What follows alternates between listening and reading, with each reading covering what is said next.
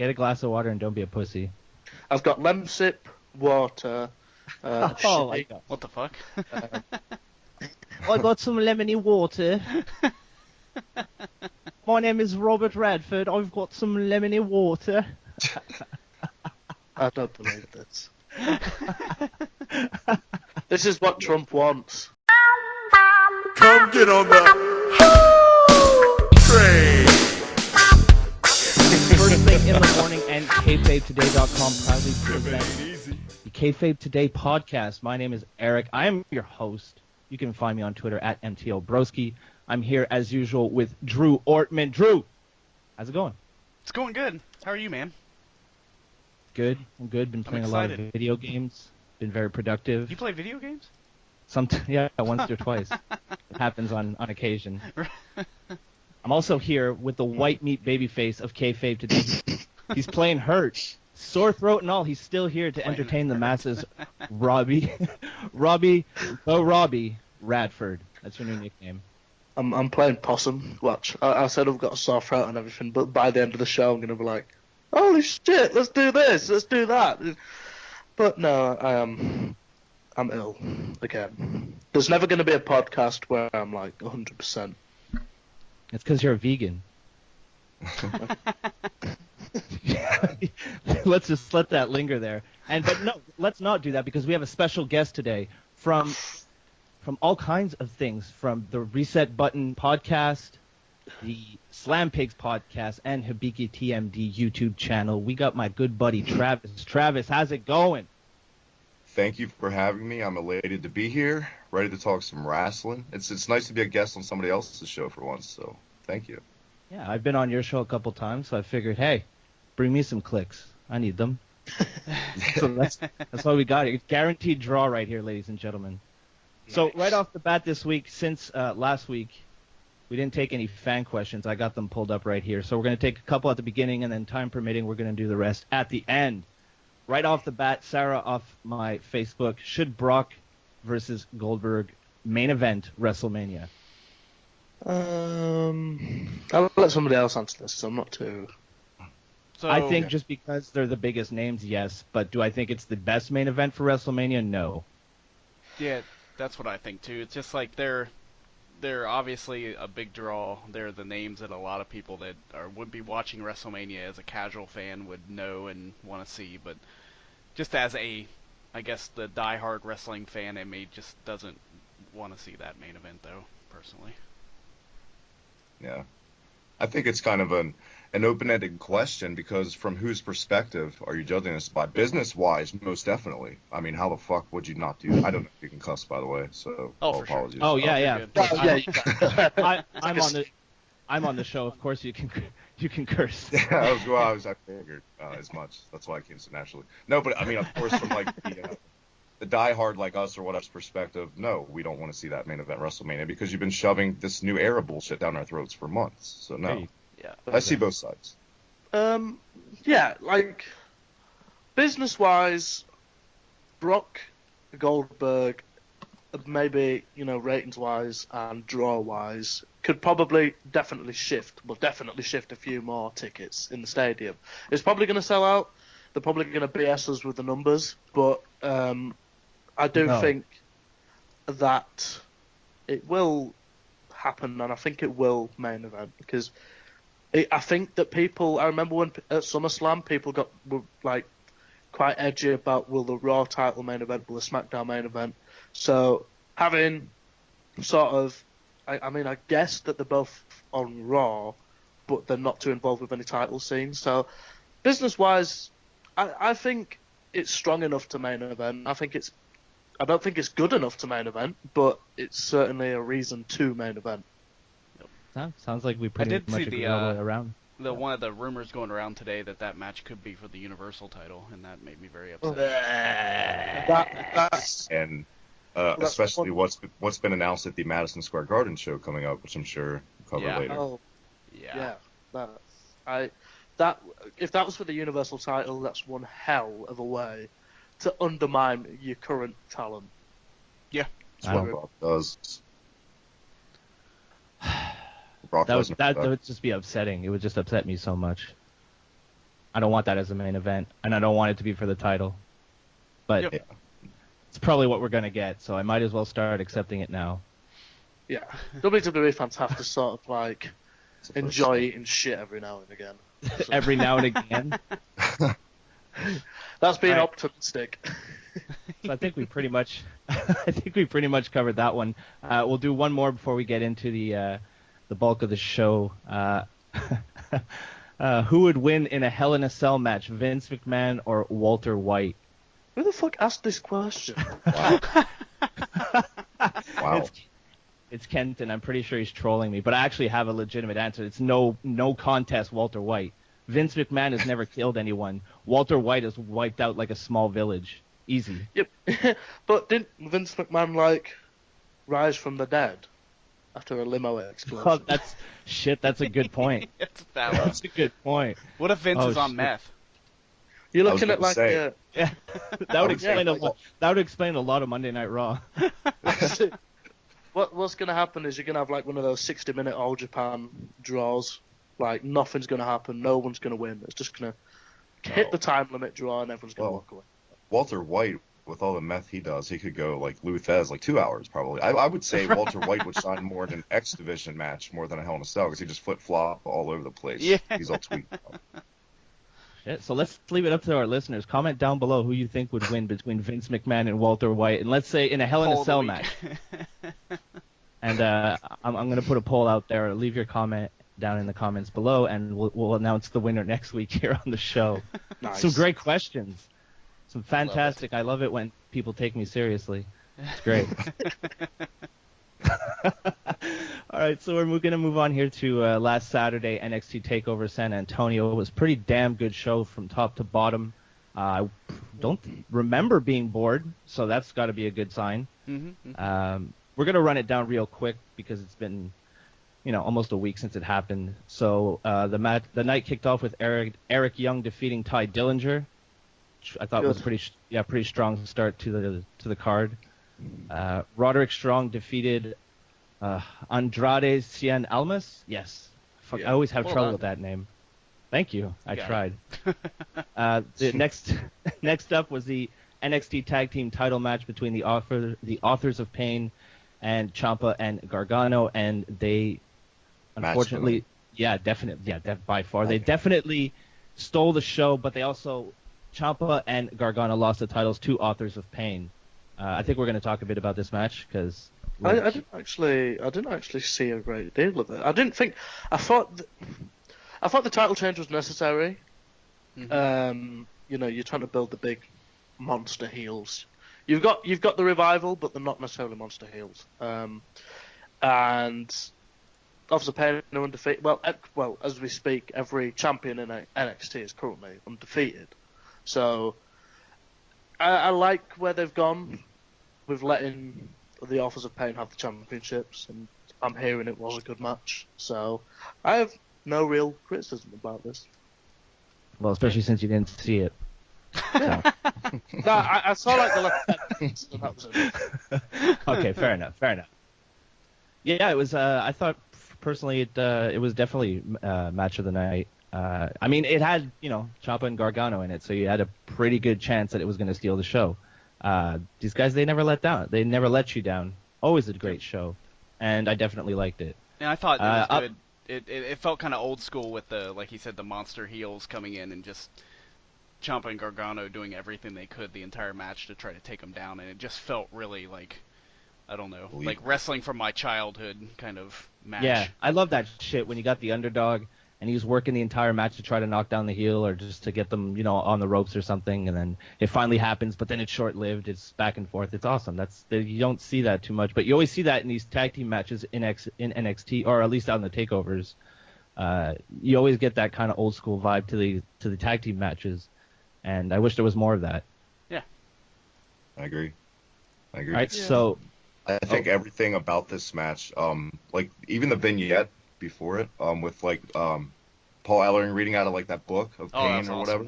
Oh yeah, that was I thought great. it was really well done. I mean, I don't give credit a lot to their vignettes because a lot of time they're lame as hell, but right here I really liked it. I liked all of it. It was good.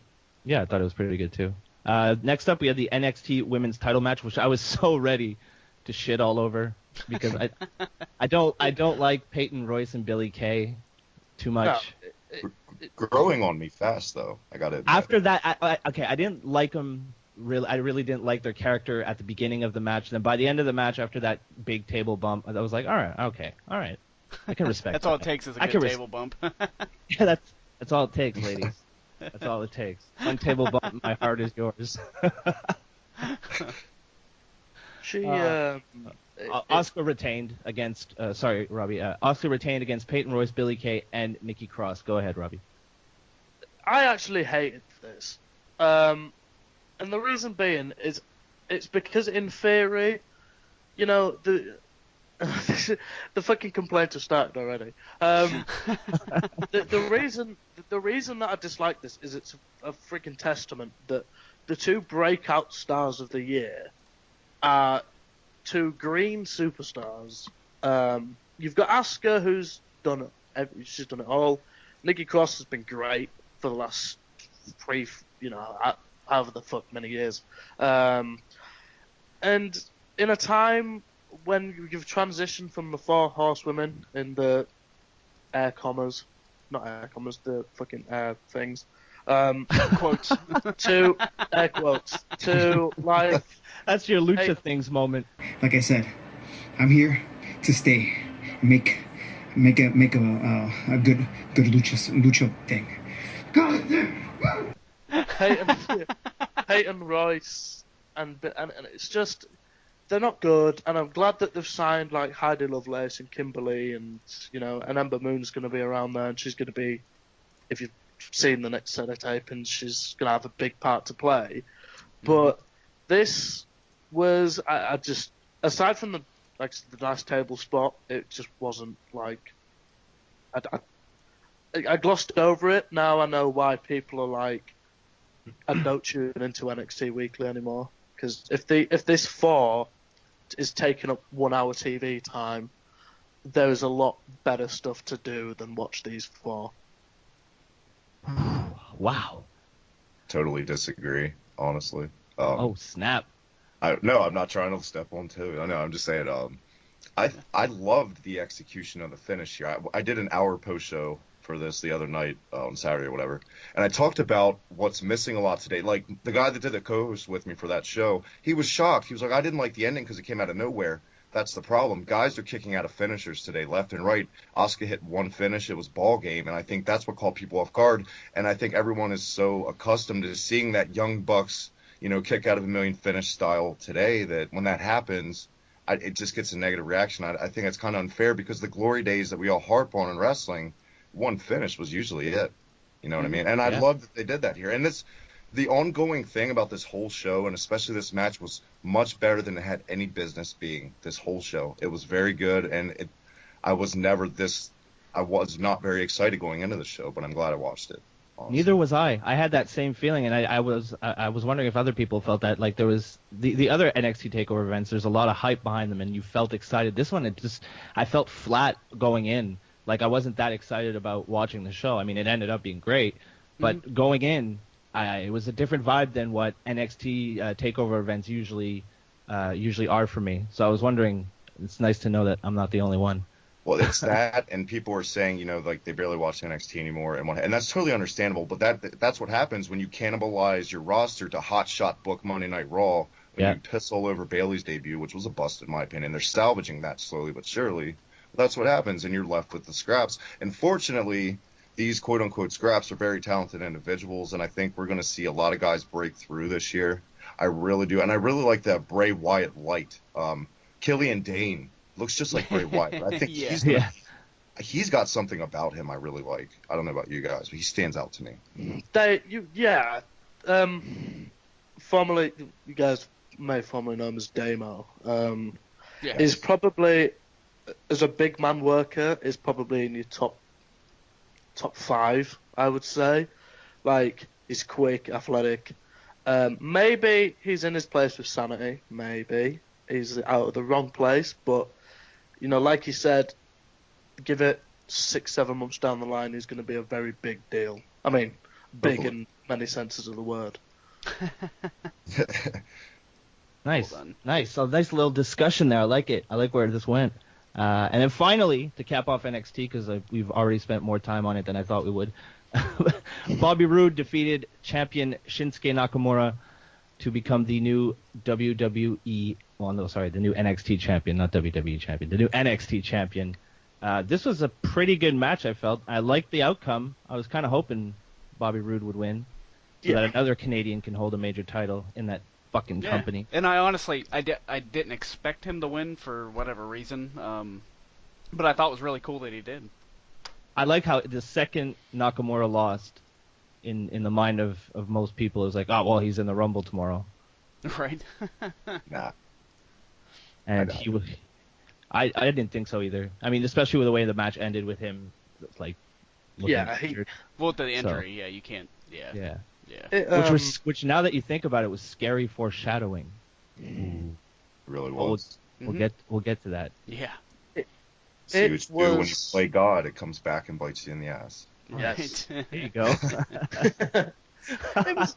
It was a good match. It was one of Shinsuke Nakamura's better matches. And I know it's not necessarily a hot take anymore. I think people are starting to realise that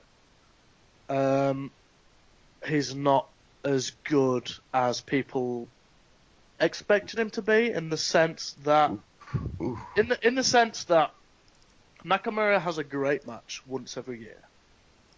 He's a smart businessman that he knows that he can go to Full Sail, like the biggest mark crowd on the planet, and he can go to Full Sail, go through his signature spots, and everybody will go home happy. Mm-hmm. Now, Nakamura's he's a good worker, he's smart, he saves himself, but even when he's been given the main event spots, he doesn't always deliver. Like, I think that he's going to pull out one great match every year, and we may have already seen it. So this match was good.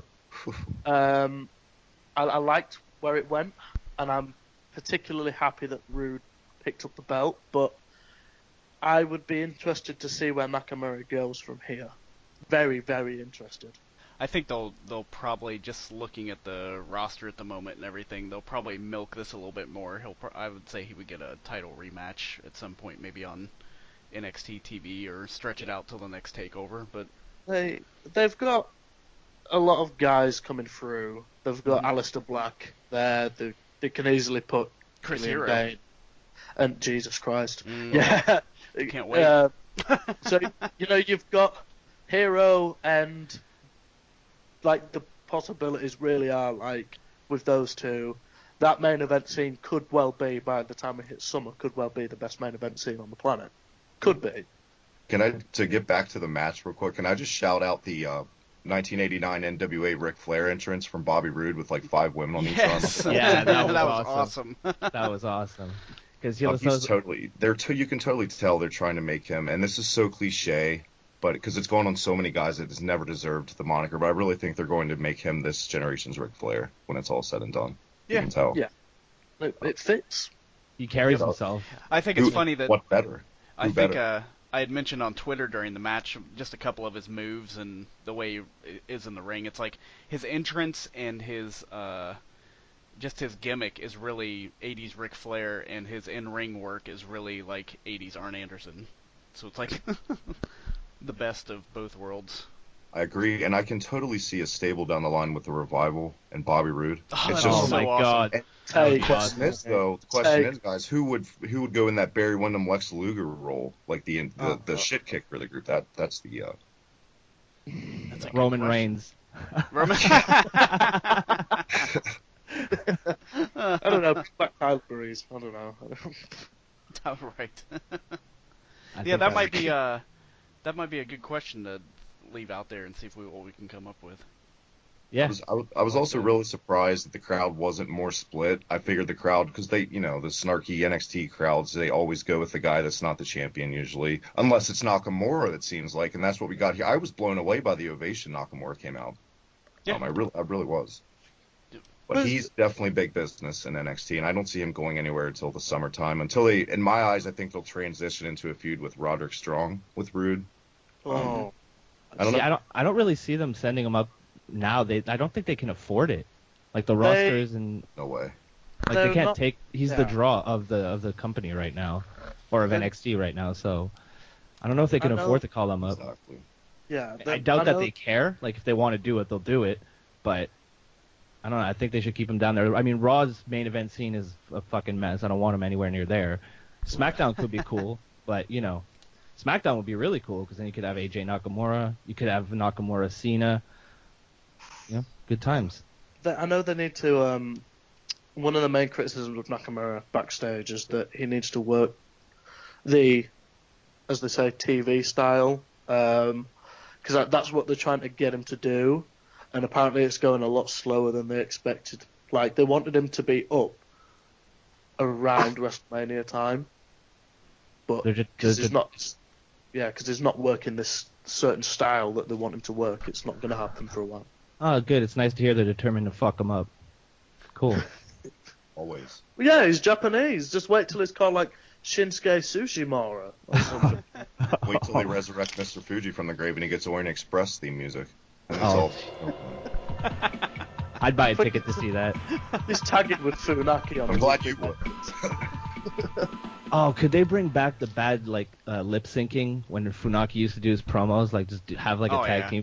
Funaki and Choppy Nakamura. PP. Yeah, exactly. Kai and Tai. Let's see a Kai and Tai revival, man. Oh god. Let's get that out there. Everybody tweet WWE. We want Kai and Tai. You know, say what you want about Kai and Tai. Like, you go back and watch it on the network, the one guy always had like an Iron Maiden shirt on, so that was pretty bad. That's true. That's really true. did. That's true. That was oh god, the good old days, the Attitude Era. Little Japanese men wearing Iron Maiden T-shirts every week. What's more metal than that? Van Hammer. I can't think of anything. Van Hammer's the most metal of all metal. Oh, fuck. All right, so we're gonna move on to the Royal Rumble. Nice. I'm gonna skip the kickoff stuff because who cares? The Raw Women's Championship match, champion Charlotte defeated Bayley. I don't really remember too much about this match, which probably means that I didn't hate it. So I actually remember. I'm sorry, Robbie. Go ahead. This match for a few people was for some reason recognized this as sort of like the coming out party for Charlotte and how good a heel she was. Like, I mean, we've already on that one. Yeah, I know. Like the smart and more recognized, like hardcore have recognized for a long time. But I saw a lot of tweets after this. People were like, "Holy shit, Charlotte's not just the champion. Like, she's not just a champion. She's the top champion for the like." She's apparently they've never seen a Charlotte match before until the Royal Rumble, though. Because I mean, where you watched, I mean, Charlotte's phenomenal. Yeah, so absolutely. Like, I She's think good at, she draws legitimate heat. I feel like people genuinely don't like her, and she's one of the few people, maybe like the Miz. I'd put the Miz in that category too. Yeah. Where she gets like, I'll say legit heat because there's a lot of hate on Charlotte, and I'm just you're doing your job. That's a really solid comparison too, because they both seem to draw heat the same way too. Just the arrogance and piss people off. Yeah, and they both do it so well. You're right about that. That was a good comparison. There was nothing worse than a Miz babyface run. My God. Never again. He's so not a babyface. I never actually remember that. I don't actually. That's good. Good. You lucky Is man. that good? Yeah. That's good. Don't worry about it, Robbie. It's a good thing. Up next, we had the Universal title match. Champion Kevin Owens defeated Roman Reigns with absolutely no help from anybody whatsoever. Moving on. No. I don't like this match too much. I wasn't a big fan. It's almost like when the ending happened, it was like, oh, that's it, because you were just waiting for whatever was going to happen, something like that, to happen. It's like, oh, there he is. Okay, that's what they added in. This for me, really, this match and the way this match went and the booking of this match pissed me off so much. Like, I had it in my notes that, like, okay, brass knuckles to the face. Yes. Kick out at 2. Your Lord and Savior William Regal would be so upset that he kicked out of that. A stunner, kick out at 2.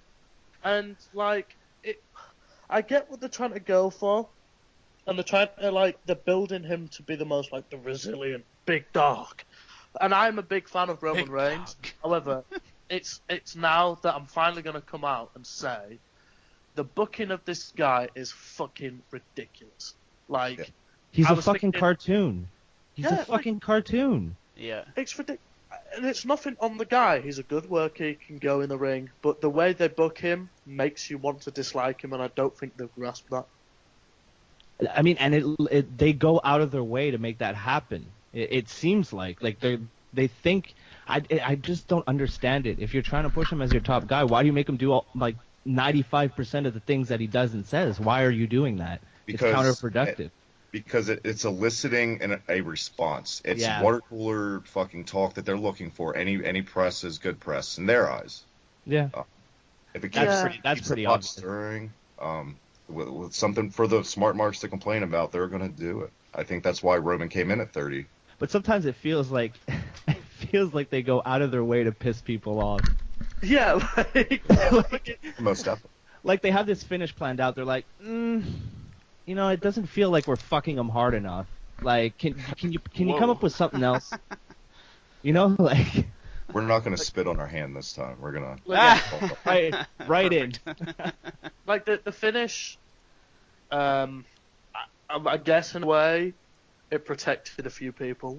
However, there's a line when you're getting hit in the fucking head with some brass knuckles and you're kicking out, and then like Braun Strowman comes in the ring, but like he gets in the ring and he wreaks havoc, and it's like the Jim Cornette line of what the fuck, like why? I'm so glad you brought it back this week. I know they're trying to build stars, and I know they're trying to have like Braun like disrupting the championship matches, and I get it, and Braun is probably going to be a top guy at some point, but it shits on Kevin Owens. Like, he's done all these finishes. I don't want to say he carried the match, but he brought up more of a level of excitement, and like the overall finish didn't really benefit anyone that was in the match to begin with.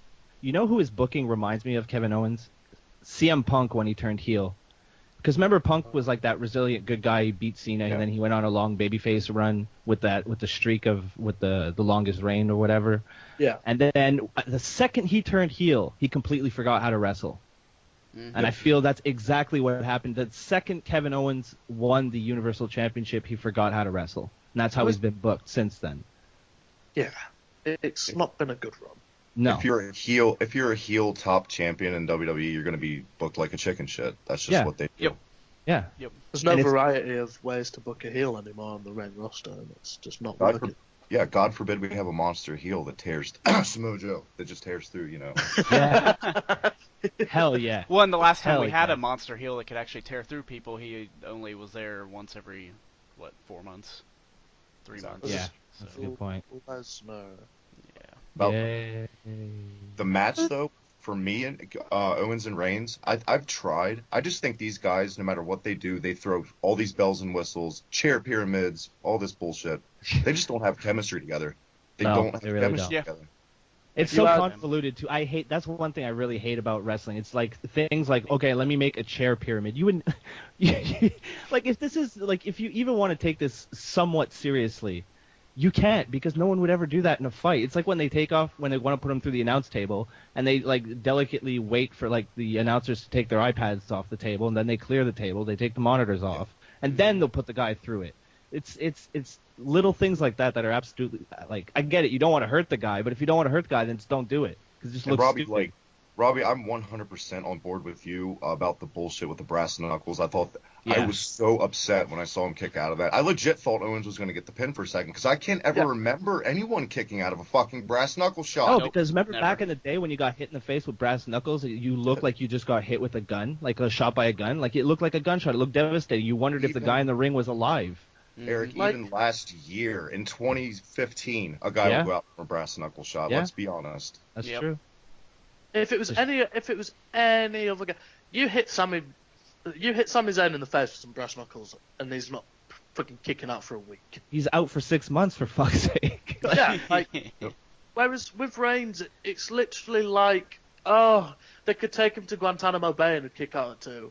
Like he's dangerously close to being a Chuck Norris meme. Like that's how I really feel about Roman Reigns. Like he's dangerously close to being a Chuck Norris meme. like, Fuck. He could never start sidekicks. He could never pull that movie off like Chuck Norris. That's a good point. I stand corrected. I feel a Photoshop coming on off of that, though. yeah. Oh, yes. It was Jonathan Brandis in that Photoshop, though. You're See, right. they're both doing VHS over here, and it's like they're both doing a sidekick. You get what they did there? Fuck. Get it done. This was real bad though. The finish was like. Yeah, I didn't.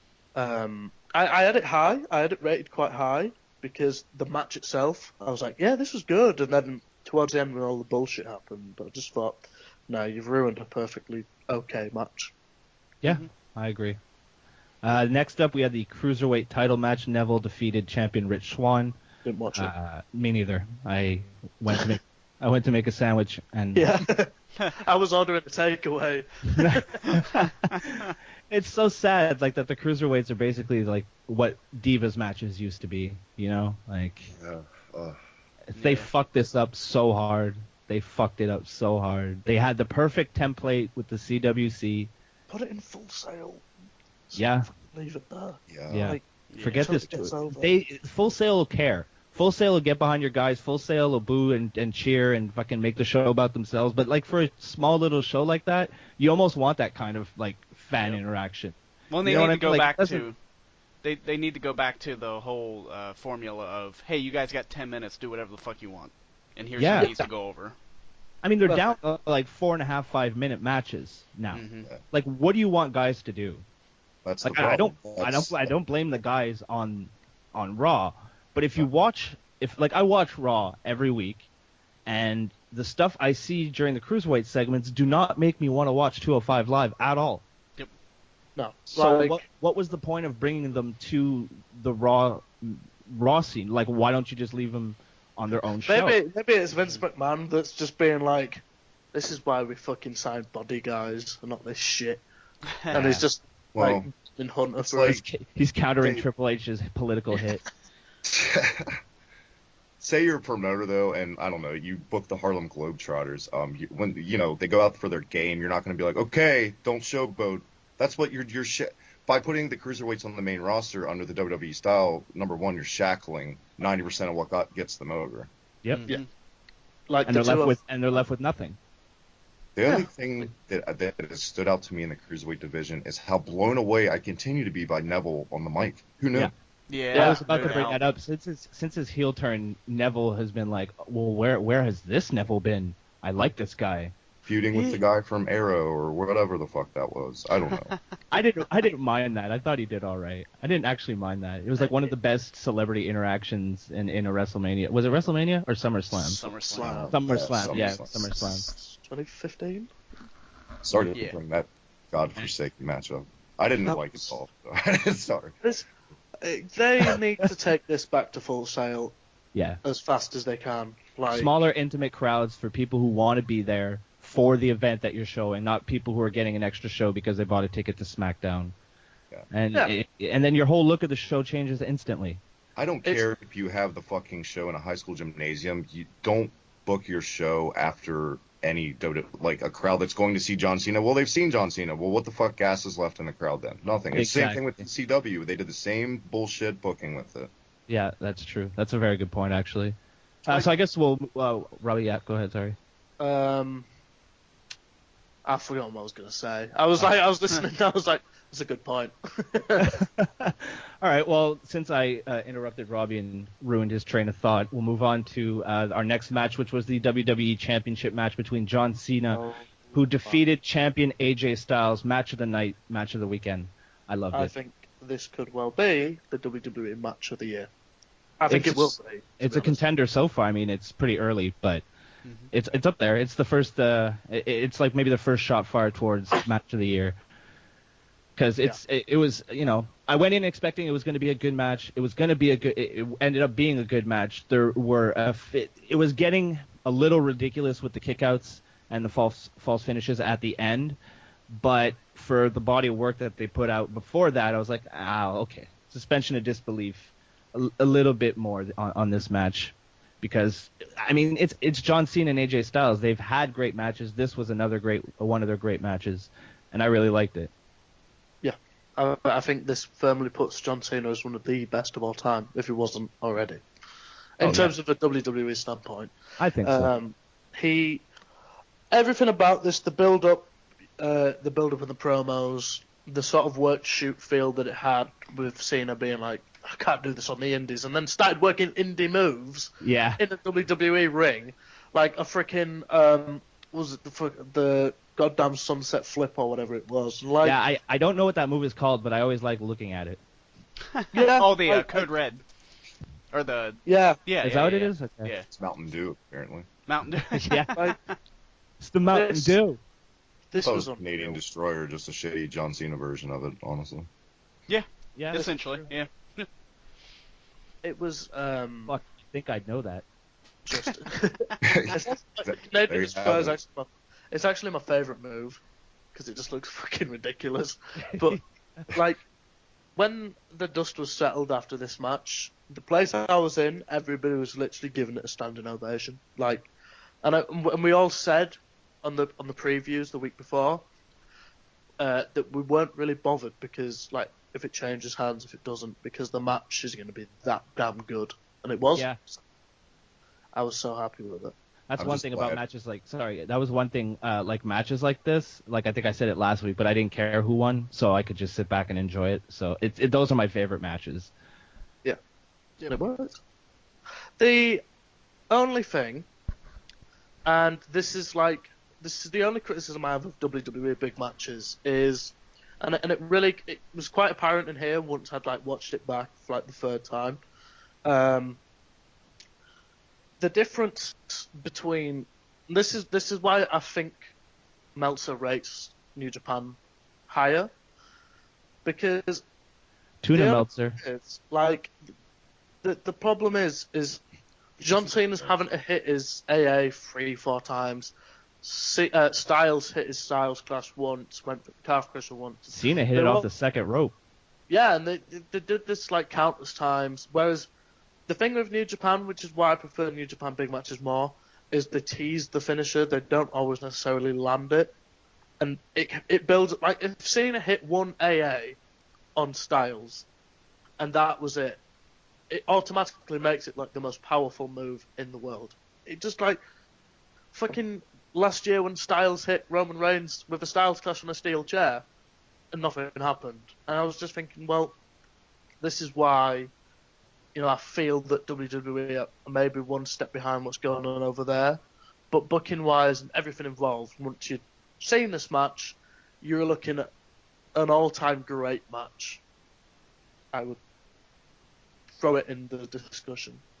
Yeah, I could see arguments being made for it. We got to the Royal Rumble. Yes.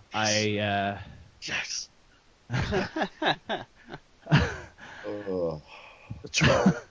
The troll. Okay. All right, Robbie. What do you think about the Royal Rumble?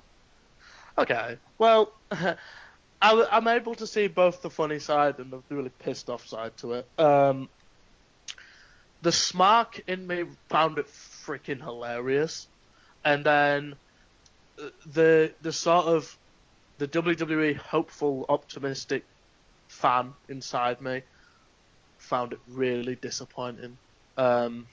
I thought it was a fun match. Everybody played the part. I realised that Big Cass and Mojo Rawley are freaking horrendous at trading punches. And what people are like, there were so many trolls in this match. Like, I know Reigns coming out at 30 was like the worst, but having them put Enzo Amore, who's becoming the new Santino Marella, like having him, fuck.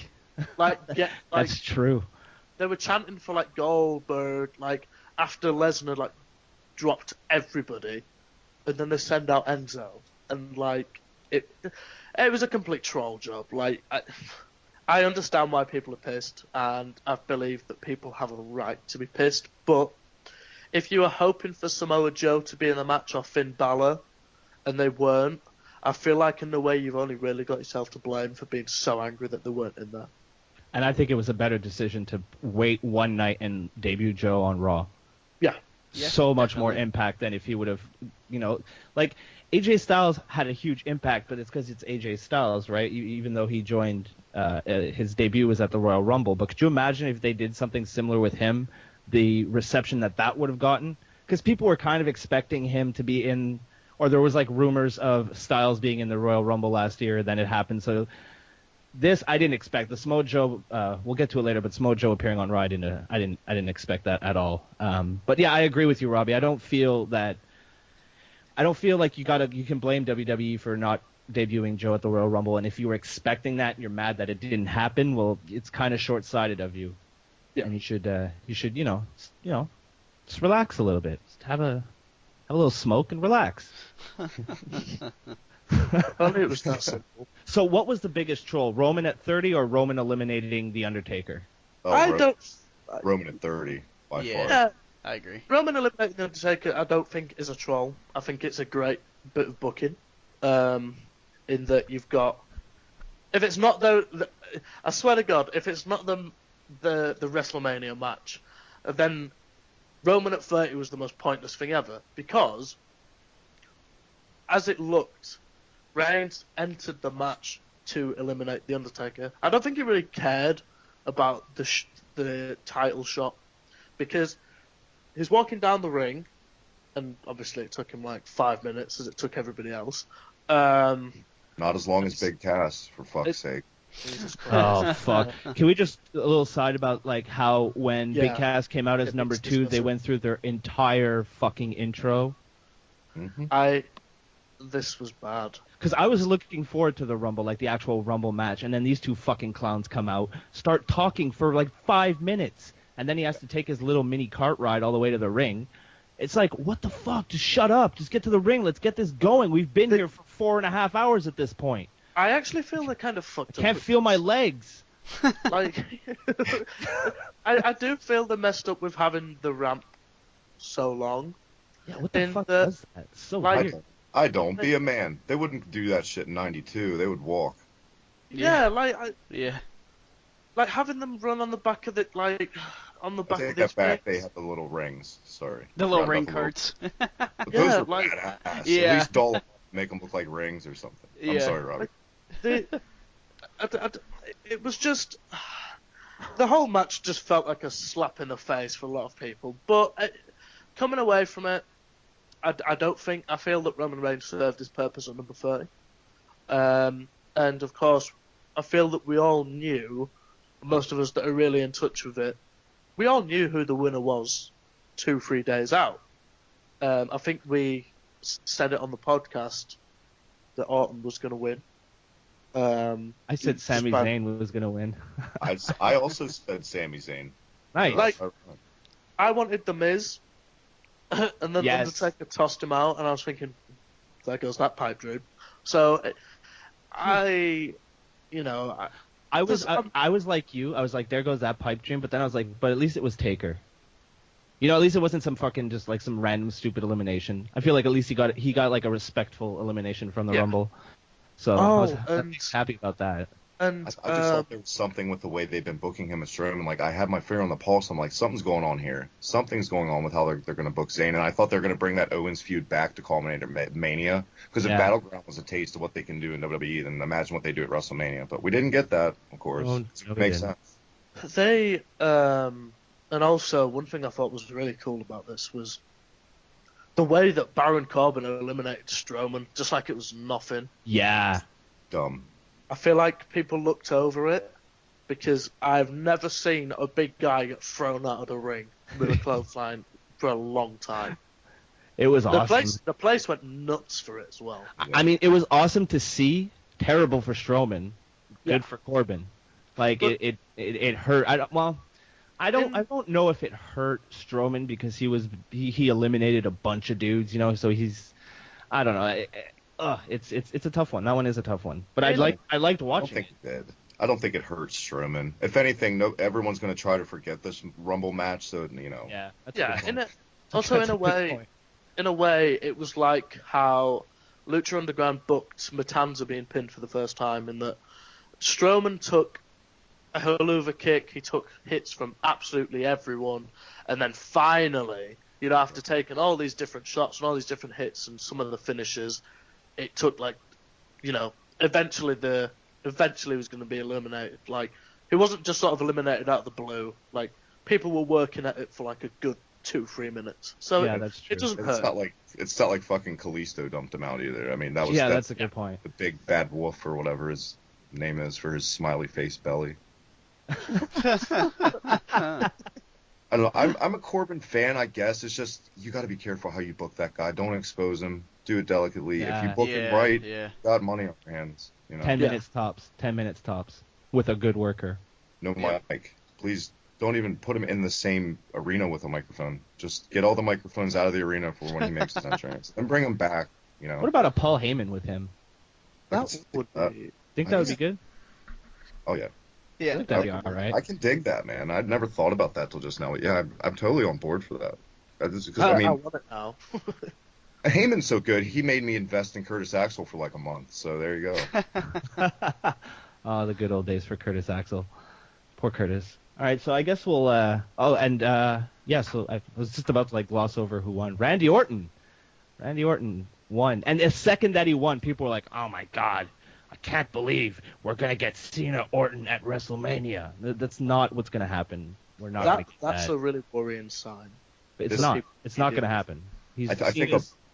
Go ahead. Sorry. So yeah, Cena is gonna win it. Cena's gonna lose it at Elimination Chamber, and Bray Wyatt's gonna win it.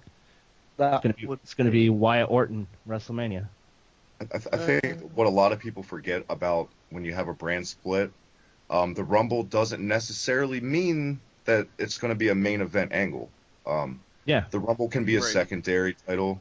It's just the Rumble. We're just at that point where, and it was so noticeable in this match for me, the lack of top guys they've tried to make over the last few years. This Rumble did have a few bright spots. The Jack Gallagher umbrella thing, that's awesome. crotch was tremendous.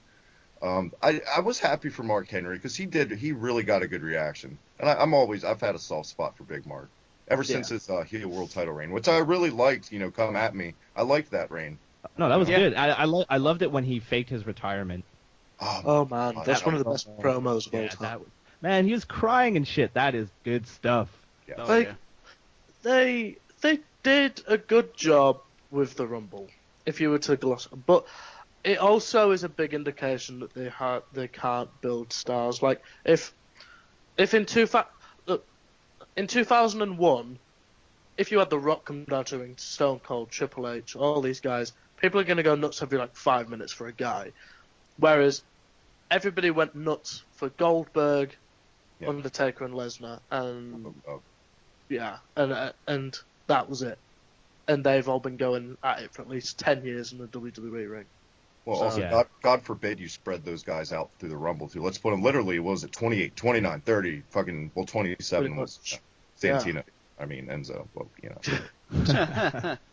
But it's, shame. You know what? I will point the finger at WWE on this Rumble. It's just how it was booked. It wasn't a bad Rumble. You want to watch a bad Rumble, go watch 95, for fuck's sake. Yeah. But this Rumble, it was just lackluster. It really was. It was not a whole lot to it. It was just there. And I think I felt.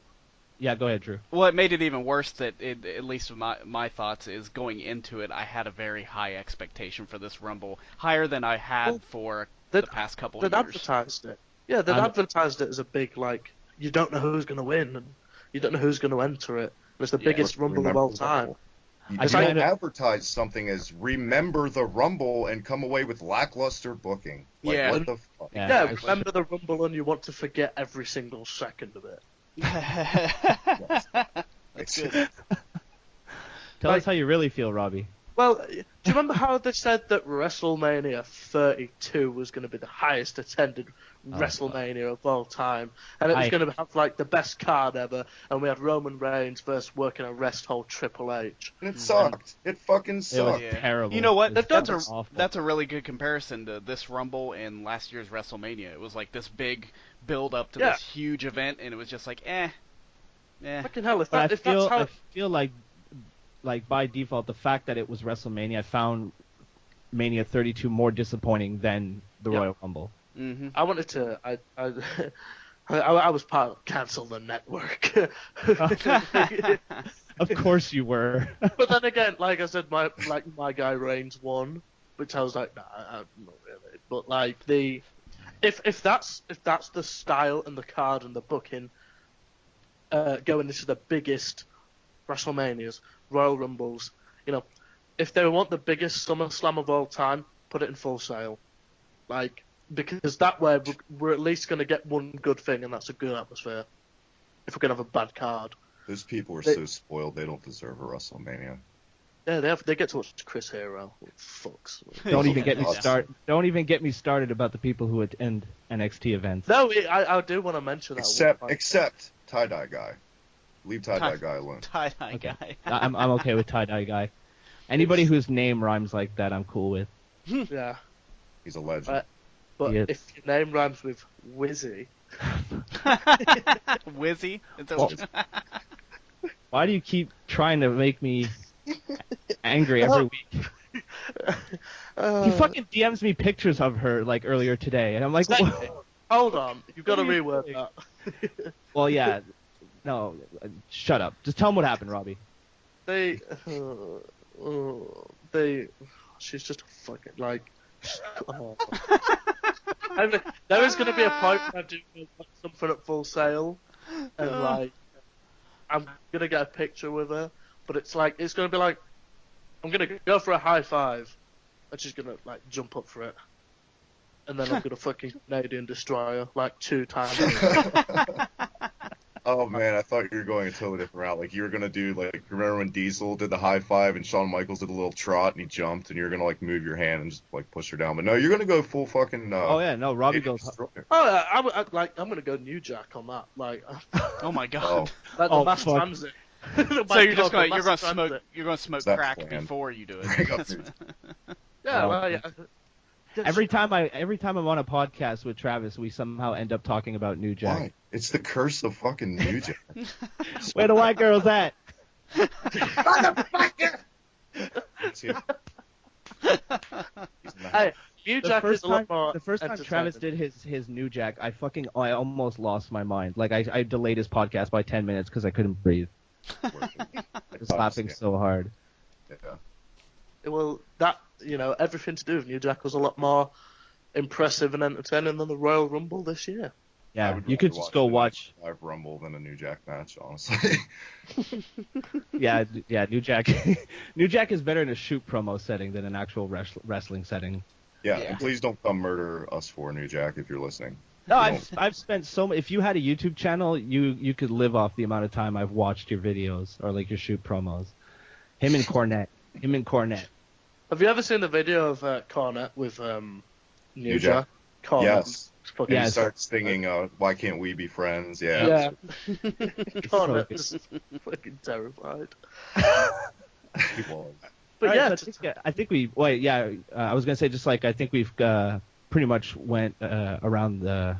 I mean, I wasn't gonna spend a lot of time on it. It's been an hour, so I think we should move on to Raw and SmackDown. Anybody have some closing statements on the weekend of WWE we just had?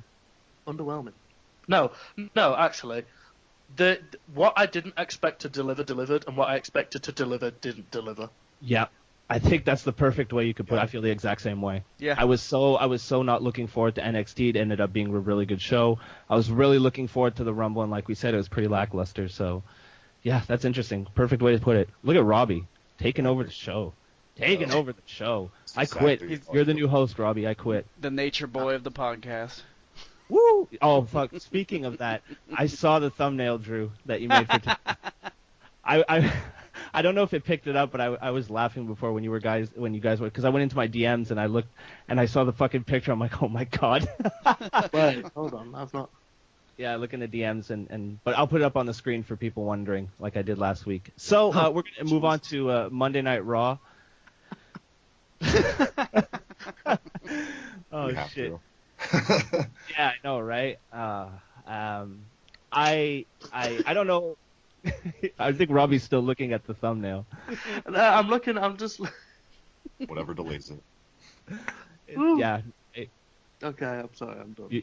You collected yourself now? I don't blame you. It's really it's one. I'm gonna mute my mic. I can't lie. The first time you see it, and I'll send it to you after, Travis. But the first time you see it, it comes to get you. Luscious All right, box. so wonderful. Drew's amazing Photoshop skills aside, we're going to move on to Monday Night Raw because it is the flagship of the WWE, the most exciting fucking show on TV.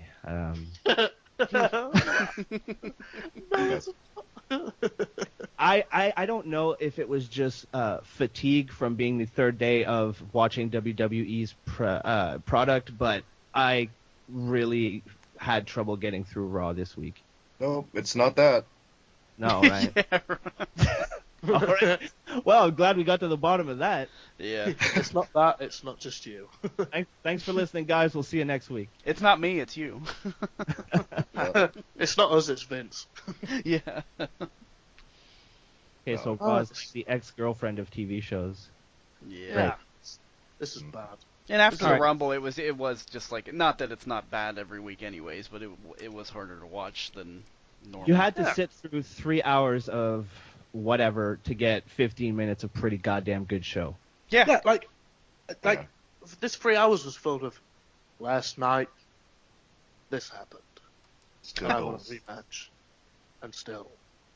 And that was it. Like, And I know at this point it's like a useless complaint because it's been this way even back in the Attitude Era. It really bothers me that they'll show you an hour of their show, and then at the top of that hour they'll recap everything that's happened in the show. I know it's for people who are like flipping the channels and whatever, but for the people actually watching your show, I know I shouldn't, but I get personally offended. I'm like, I'm not that fucking stupid. I think like Raw is a great advert for dementia. That it's like, here's what was on 30 minutes ago, just so you remember. What that boy say with the tattoos on his neck, huh? Yeah, like, wait, which wrestler's got? I know Bailey has. Oh, Man, Nia Jax, that's a big girl. Oh, Oh fuck. Oh god. Oh fuck. just steal a line from Jerry Lawler. It's the perfect cure for insomnia. Monday Night Raw. Yeah, there you go. Yeah, that's a good point. I mean, all right. I guess we'll just get into it. I love it. I can understand why people listen to this. We're so hype and so into what we're talking about. Good or It bad, starts off. I'm always hype. Sorry, what's that? Oh, sorry. I was just saying, good or bad, I'm always hype. I make Mojo Rawley look like fucking, I don't know. There you go. He looked like nothing. He looks like nothing. I think Oh, he he just called looked like out. nothing. That's. I make Mojo Rawley look like Lance Storm. There, I made it even a Canadian. Oh Oh. shit! You had Call to it give me a out. second. I dug it up for you. I went deep. That was Call it out. that was the Lance Storm reference number 2. We had one last week too. So. I think I'm gonna have to Actually, I follow him on Twitter. He's actually he will take the time out of his day to answer your question. He's a really nice guy. That's awesome. Well, you've got to compensate somehow. Oh. Robbie, man, shots fired all over the place. I think I'm gonna have to use like a gunshot sound effect for this part of the podcast. This for is, bullets yeah, but flying. this is come on. This is like after 4 days of just trash, like overall trash, like That's a good WWE. point. That's a good point. All Raw right, bit. so the show kicks off with Chris Jericho and Kevin Owens. Owens is all banged up and limping to the ring, and he says that once again he proved so many people wrong, and said that he didn't need Chris Jericho's help to retain the title. And then he, I don't even want to talk. I hate this. Foley shows up, so now I just don't want to talk about Foley. And Foley has basically been setting Kevin Owens up to fail, and Owens ranted about being the guy for a bit, the champion and the one. He then praised Jericho and said he thought his moral support helped, and that's what helped him retain the title. And then this went on for a while. Does anybody have anything to say about this segment? Because I'm just going to escape it. It didn't really do much for me. Along with his wrestling skills, Kevin Owens' promo skills have really gone down the drain, as well as Jericho's ever since he's won the title. Like, there hasn't been a good promo that's left his mouth for a long time. But it's the belt. I swear it's the curse of the belt. I think it is. I don't know if I necessarily agree with that. Has he done any great promos? Probably not. But I think his promos are always typically Yeah, they're always okay okay. to go. But that's the whole thing with this show. Everything's just kind of, yeah, it happened, or it's just not good at all. There's no like, like a sustained fuck yeah. Like I feel like back in the day you would watch the show, and I like that term. It had a sustained fuck yeah. You know what I mean? And now it's like, if I just like, if I'm awake by the end of Raw, that's a good thing. Yeah, that's the best you're really gonna get. Yeah, and it's a shame. It's a goddamn shame.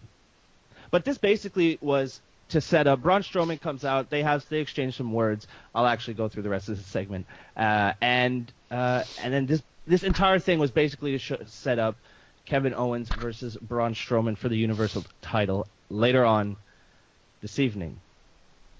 And then we had a match between Chris Jericho and Sami Zayn. It wasn't for the championship, was it? No. It was like if he wins, he gets a United States Championship. Okay, all right. That's where the confusion was. Right. How did he earn that match though? He like no, can't do that. Oh, he hit the corner exploder and then a haluva kick.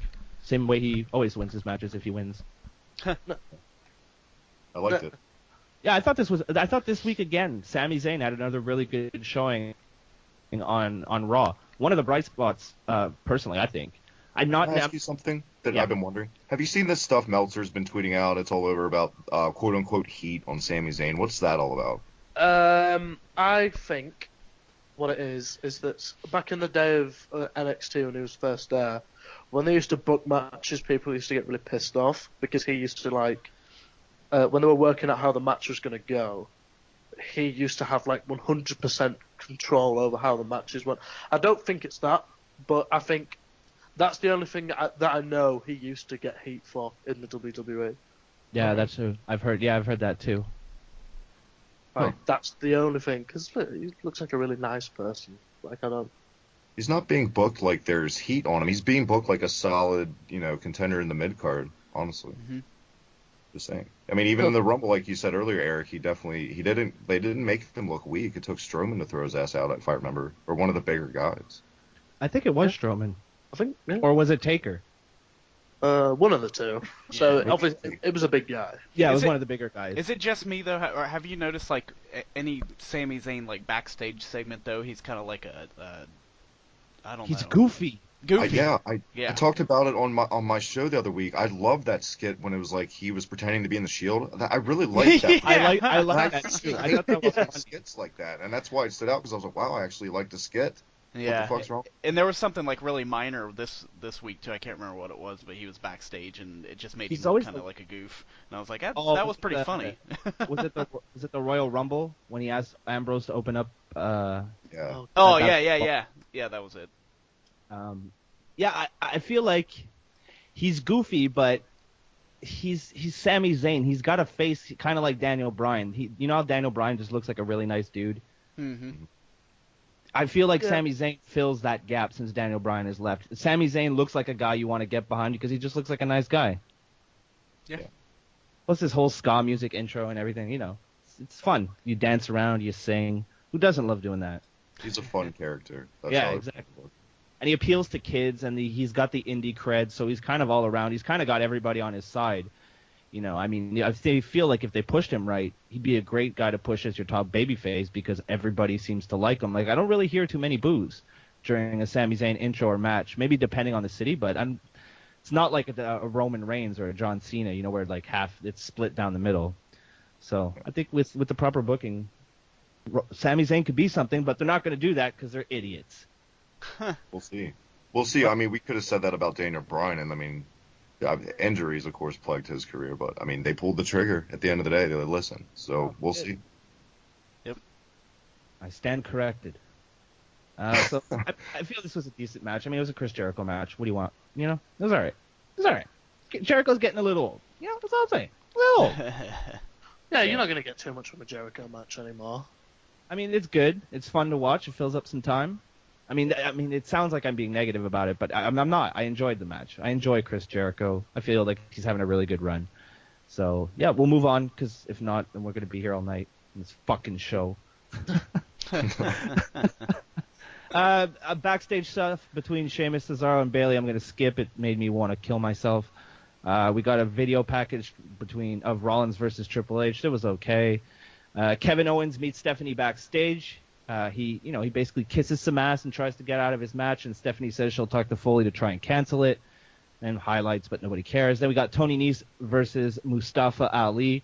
Cruiserweight match, so I got to be honest again, guys. Didn't watch it. Went to get a snack again. Anybody have anything to say? If not, we'll move on. Why does Tony Nese have a job? They already have Neville. Oh, sorry. Yeah.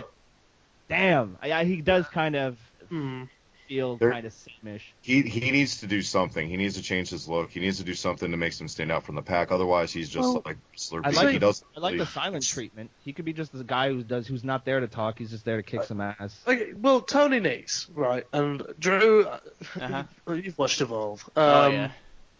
Everybody knows what Tony Nese can do, and it's just not transitioned well just yet. Like, Tony Nese is a guy that, if they went back to Full Sail, there's money in Tony Nese. If he performs on the main roster, there's no money in Tony Nese. He just looks like a fucking more sculpted Seth Rollins. That's kind of like less charisma. What we brought up last week, seeing these guys that have been in Evolve before come to this cruiserweight division and just looking at this match being so disappointed because it's like, I know what those guys can do, they just can't do it here. Like the booking fucking Drew Gulak like Nico Bellic from GT. They've got him looking the same way because he's got like a slightly foreign name. He's a fucking full-blown foreigner, and it's just like, send him back to Full Sail and get him over. It's too easy. I think Tony Nese is a great wrestler. It's more of a case of, okay, you have a roster. You don't need 2 Ricky Steamboats on your roster. Yeah. And I think that's the problem. He needs to be in NXT, like you said. I totally agree. He just doesn't. He should be. If Neville wasn't there, Tony Nese should be in that spot right now. I really would have put the belt on Tony Nese if they didn't bring Neville back in. But unfortunately, Neville's there. Yep, I can agree with that. Even if it. Well, how would you feel about if Tony Nese worked as a face against Neville? I don't know. It's got to be better than fucking Oni Lorcan. My God. Isn't that Biff Busick, if I'm correct, from Evolve? Isn't that who that was? I don't know. It was from Evolve. That was a big name. Yeah, I think you're right about that, actually. Honestly, I remember when they were like signing all these Evolve guys. I remember Biff Busick or Oni Lorcan, whatever the hell his name is this week. Like, he was supposed to be the biggest deal, and he's just putting guys over. Like, so it's you never know. You never know. Well, Biff's technically Hey, you're right. Yeah. Biff Busick. Oh, no, he's technically on SmackDown, so he doesn't like. The guy's on SmackDown, and we've seen him once, and fucking got jobbed out to Kalisto. So I don't think we're going to see him for a while. Yeah, that's never a good thing.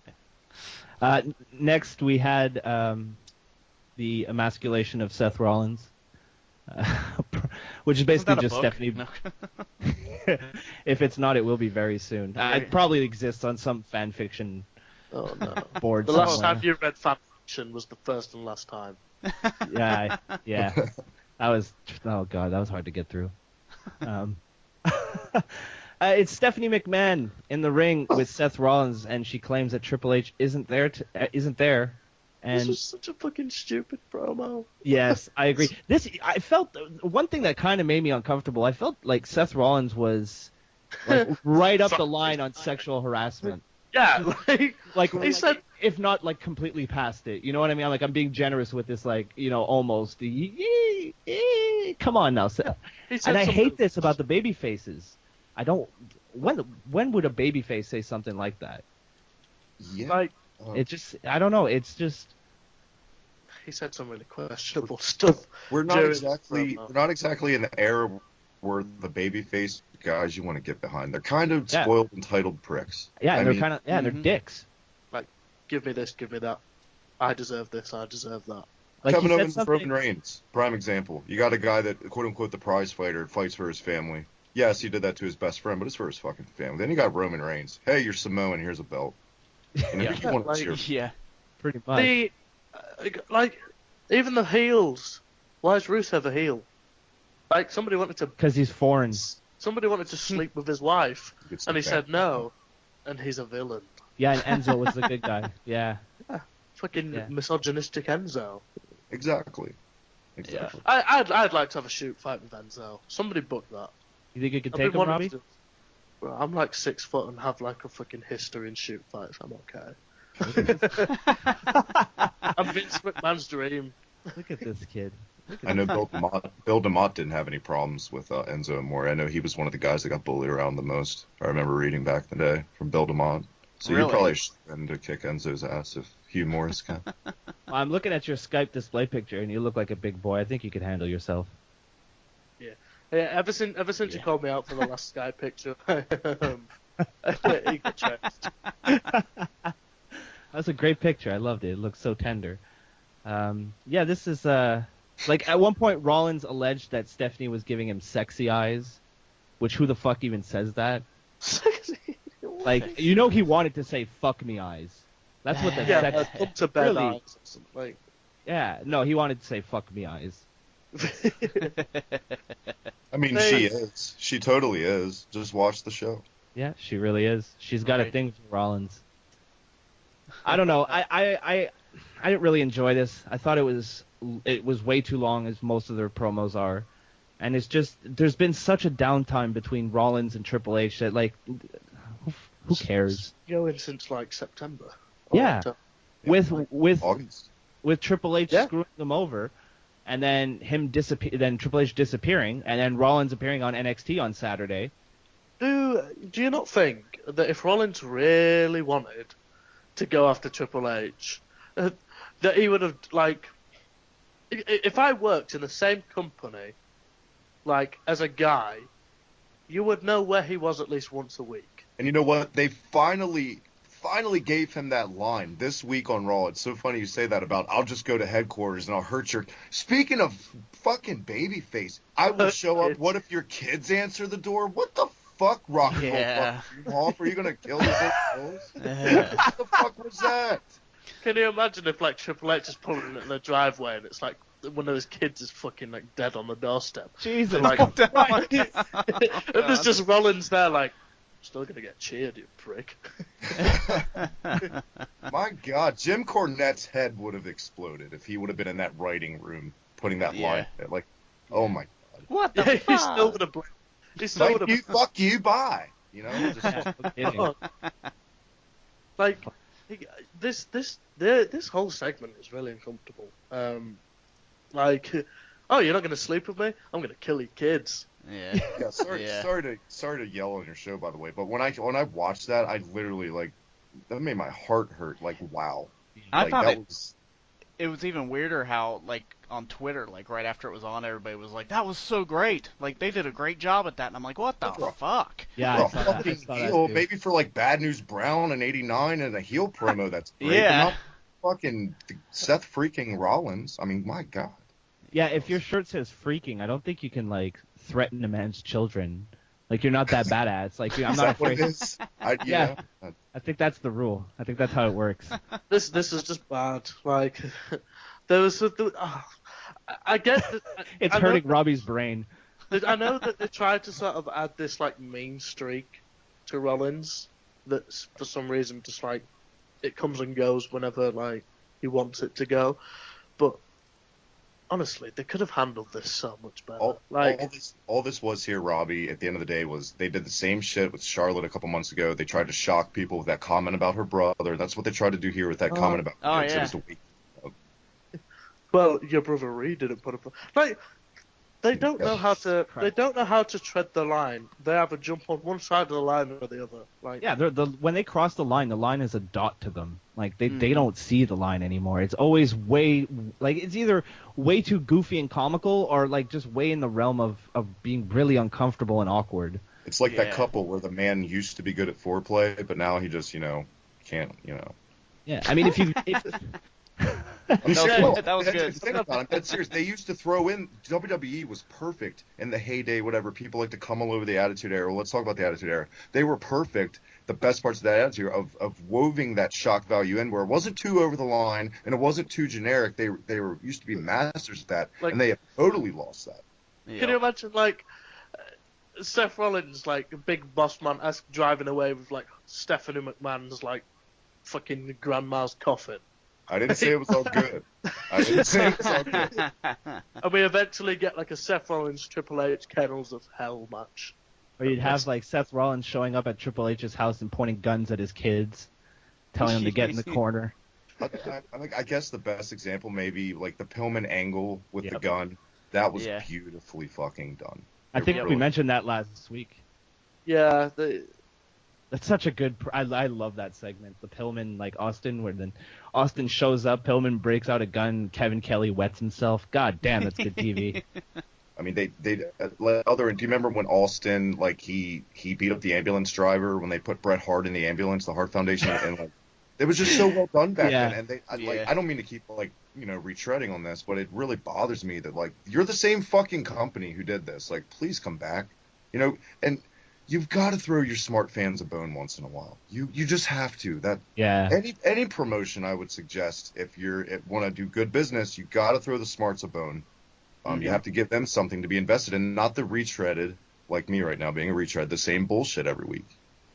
Yeah, you gotta take care of your base. Always. You can't focus on them if you want to grow, but every once in a while you gotta be like, hey, we remember you. We know you're there. It's Give just us backed something up that we your like. bullshit. It's they preach that bullshit all the time where it's we appeal to as many demographics. Okay, prove it. Yeah. You're not. I read a stat today that kind of fucking terrified me. Since Raw has gone to 3 hours, they lost 46% of their viewership. Wow.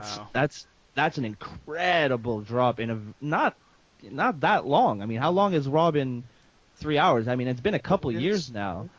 But let's say 5 years. Let's say, just for argument's sake, 5 years, you lose half your fucking audience. although, I guess with the way technology works, how many people are going to tune in on cable? That's a good point. There's online.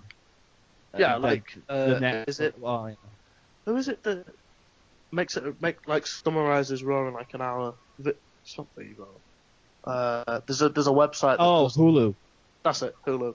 Yeah. Like a lot of people watch it on Hulu now, just because you That's a get good out point. all the bullshit. Mm-hmm. That's true. I always forget about the goddamn internet, which is surprising because I pretty much live on the internet. You are the internet. Wow. The internet. I don't know whether to be like take that as a compliment or as like the harshest insult ever. Not, so I'm just okay, not Both. the dark corners of the internet. You're the good parts of the internet. We'll put it on like my that. Twitter page, and that's it, which you can find at MTL Broski. So we haven't plugged anything in like an hour and a half. I Is was that like like losing.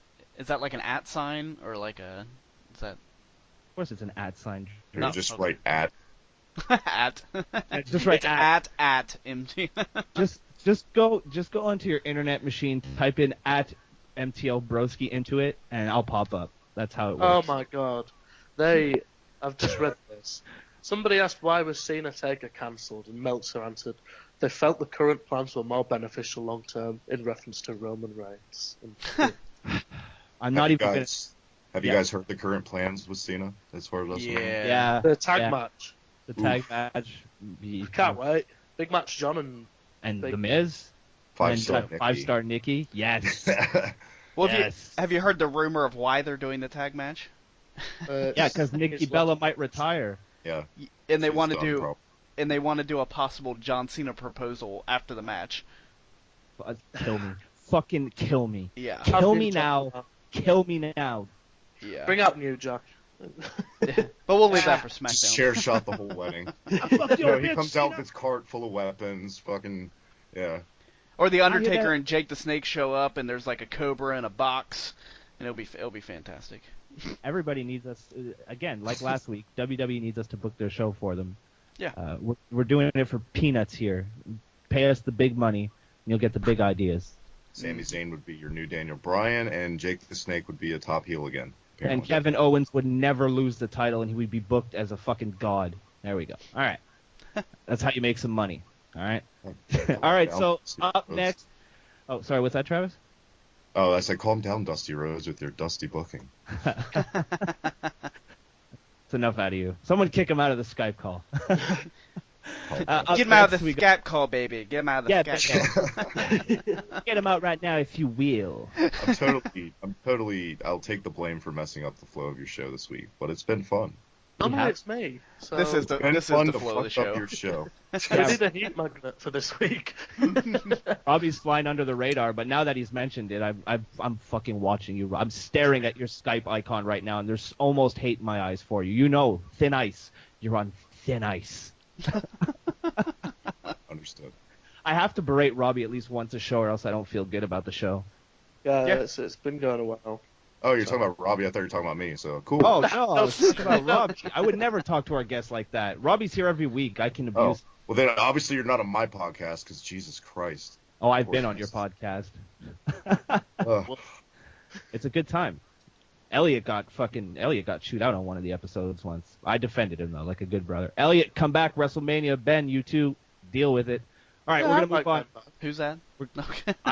Okay. I talk to Ben at least once or twice a week, and every single time I talk to him, from now on, all I say is, Coming back, yeah. WrestleMania time, mega reunion show for KAYFABE today. Deal with it. Get used to it now. I've given you plenty of time I to mean, get used to it. So we could bring Ben back.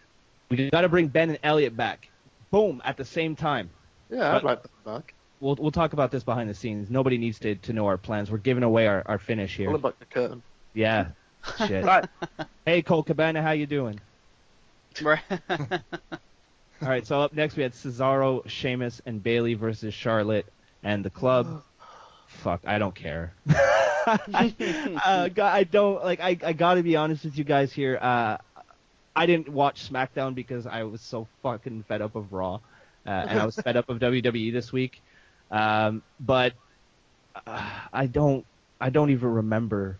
I don't even remember this match happening. I'm looking at it in the notes and I'm just like, oh, I guess this happened. Do you guys remember anything? Yeah. I've got a picture of the trio of the club and Charlotte, and I think, you know, if they went to Lucha Underground and competed for the trios tag titles, that would be a great trio. Yeah, that would But be. that was literally the highlight of the trio was fantasy booking and not watching. I don't remember this whatsoever. Drew, Travis, you guys got any thoughts on this one? Because me and Robbie are clearly on a different plane. It was a time filler. Match. Looks like you guys were with us too. Yeah. It was a match. Yeah. Good. We're gonna save some time and skip over it. It progressed no storylines. It was just there, honestly. Yep. Then we had the coronation of Neville. Thought it was pretty good. Neville's good on the mic now when he's all angry and scowling. He's got a good scowl. New. Yeah. Yep. I think his ears even twitch a little bit when he gets angry. It's awesome. He's like Gizmo. Yeah. Like my dog. Oh, Jesus. We went from a fictional character to a dog. We're sorry, Neville. We actually really like you. Yeah, you're actually awesome. Yeah. Yep. Like he listens to this. Keep listening, Neville. Keep listening. Yeah. Don't Retweet. sleep on that idea. He probably does listen. Retweet. Wrestlers are the biggest vanity searchers on the planet. On Twitter, they just hang out and they're like, oh, I wonder what people are saying about me. Probably jerk off to the comments. Or they just, go bang Alexa Bliss. Fuck, I wish. Moving on. We go back. So they're just like the president. Okay, go ahead. Sorry, continue. Oh no. Oh my. No. Now you're getting. Oh. Sorry. Last week it was Robbie. Now it's you, Drew. God Yeah, damn it! I Can't we know. get through one podcast without talking about the orange one? No. I don't mention his name. He's like Voldemort. I don't even bring him up. There you go. There you go. All right, so we're backstage with Sasha Banks, who's getting taped up for her terribly injured. Yes. Yes. For fuck's And sake. and then Bayley comes in for a little bit of a visit, and then honestly, Sasha Banks is kind of a cunt to Bayley. Like kind of maybe cunt was a strong word. Maybe that was a strong word. Sasha Banks is a bit of a dickhead. Dickhead's better. Like the way I like dickhead. the way she carries herself, the way she talks to people, the way she interacts with people, the way she looks at things, you just think She should be a dickhead. heel. Yeah, Yeah, she like should. I know that they're about to pull the trigger on the heel run. For those that don't know, Yeah, with it. they've got the finger on the trigger ready to pull it. But for God's sake. Just They've do it. teased this heel turn longer than John Cena sleeps. Like, it's just, fuck. Do it already. I don't know why I thought that was really funny. Killing me, Robbie. Another case, like you talked about the Miz earlier, of someone that doesn't need to be a babyface, basically. Yeah, exactly. She's an amazing heel. She's a terrible, terrible babyface. Then we go to what I thought was the main event, but no, why would you do this as your main event? It's just your fucking championship. Whatever. The Universal Championship is on the line between Kevin Owens and Braun Strowman. Robbie, let me introduce the match. Contain yourself. Actually, I just introduced the match, so go ahead. You seem to be like on the edge of your seat, like ready to get into this one. Yeah, So. a couple of things about this one. Of course there are. First of all, I don't know why this wasn't the main event, considering it's the top prize in the WWE, which makes it the top. Well, it's supposed to be. It's not booked that way. Yeah, it's not booked like it's booked as like freaking toilet paper at the minute. Like, but you know, it is the top prize on the planet, and it doesn't even main event a TV taping. So yeah, it's ridiculous. I mean, it's been that way since he won the title. Basically, it's an afterthought. Mm-hmm. Yeah, it's like, oh, okay, I guess we'll have a Universal Championship match this week, and that's really all I got to say about that one. So Michael Cole can yell at us and tell us, we got a Universal Championship match, and then it's, you know, it's on at 10 o'clock where fucking segments go to die. Good job. Oh, God, yeah, because I remember the ending of it as well. Jesus Christ. Do-do. Do-do. Do-do. Can we So basically, they go back. What happened was Owens and Strowman basically go back and forth the entire time, and because Kevin Owens can't win a match on his own, because God forbid your heel looks like he's actually credible, Roman Reigns' music hits. He takes care of Strowman. Owens picks up the win because of that. Go, guys. What do you think of that? Build that star. Make Roman look strong. Yeah, that's the only thing that Vince McMahon cares about. Yeah, that's all he cares about. He sits there at Gorilla with a big fucking thing of lube, and as soon as his music hits, he's pal, make Roman look strong, pal, make Roman look strong, pal, keep going. It's so painfully obvious. It's not working. It's just not working. You're strong. Roman's not a guy. It's obvious. No, he's not. There's go ahead. Give the devil where credit's due, though. Logically, if he's paying Braun Strowman a receipt, it made sense. Oh yeah, definitely. Yeah, that's true. Other than that, I'm asleep. Snooze fest. I'm done with Reigns' experiment. Like I said, I get why they did it, right? I understand. I mean, you know, God forbid someone get one over on Reigns, but it does make sense. It does make sense that a receipt was coming. He did cost him his match at the Rumble, so it makes sense. It's just fuck. Of course it was going to happen because like I said, God forbid someone get one over on Roman Reigns. Has Roman Reigns ever lost a feud on the main roster? Yeah. Sorry, yeah. Styles? Like Kevin Owens. I feel like he lost that feud. I guess. I mean, he lost all the matches, but I mean that doesn't matter anymore. How can this guy look so strong and be booked so bad, but everyone's still like he's so strong? But because they present him as the whole thing just gives me a freaking migraine thinking about their book Roman Reigns. Pretty much, it's. I'm glad that this seems to be going like Owens and Reigns seem to be going possibly in different directions sometime soon. You know, house shows main evented by Reigns Owens were drawing half as much as anything that was main evented by any SmackDown brand belt. Like, people were leaving during the Reigns Owens main event. I wonder why. When you see it every single week on TV, eventually you're just like, well, I've seen this, so what okay. They built a pyramid of chairs. Who cares? There's a booking decision I don't understand. Why are they giving away PPV matches for free? Like, every single week? Got to get those subs, baby. As a YouTuber, I feel that. Got to get those subs. Do whatever you can. I'll give everybody $5 if you leave a like, comment, and subscribe. Don't hold me to that, though. But, like, you know how they how they do such a good job of keeping God, that's how I feel about the segment. How they do such a good job of keeping Goldberg and Lesnar apart, and everybody's looking forward to it. The tease and the edge to it, and My then dog Reigns. hates it, apparently. Sorry about that. Good. He's watching Raw right now. Yeah. Yeah, that explains the whimper. Yeah. Your dog just perfectly described this entire show for, I think, all of us here. Just like a sad fucking, another week, another Monday Night Raw. Yeah. Who remembers? What am I doing with my life? Who remembers getting excited for Monday Night Raw? When was the last time? I was thinking about this when I woke up. This is honestly, hand on heart, the first thing I ever thought about. Yep. When was the last time? I remember the day. I can tell you the day. The last time I was excited and freaking enjoyed an episode of Monday Night Raw was the Raw where Roman Reigns beat Sheamus for the heavyweight championship the night after TLC, December 2015. That was the last time I really liked an episode of Raw.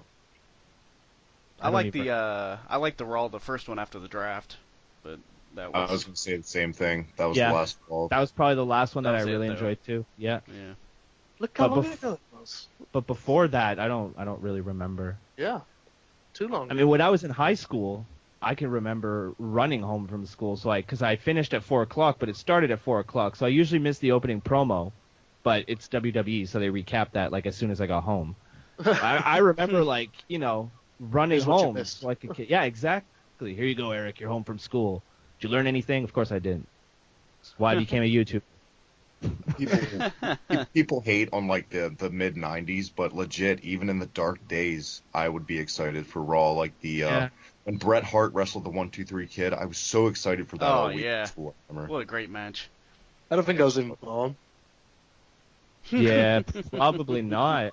Or Well, if you were a little wee Radford. Well, I was born in Wee 1997, so You were Radford. born in '97? yeah, I missed a lot. That's why Oh. the network is so good, because people are like, remember back in the 90s, and I was like, no. No. Well, you were definitely born in one of the greatest years in the history of wrestling, by far. Yeah. Yeah, that's true. That's true. So moving on, we got a Brock Lesnar and Paul Heyman promo. I don't want to talk about this. I just want to say that it was made to set up Brock versus Goldberg at WrestleMania. Eat, sleep, rinse, repeat. Yep, same thing. We've already seen it, so I'm not going to spend too much time. Nia Jax versus Sasha Banks. Who cares? I just want to get out of this now. Tornado tag match: Enzo and Cass versus Rusev and Jinder Juice Mahal. I didn't watch it either.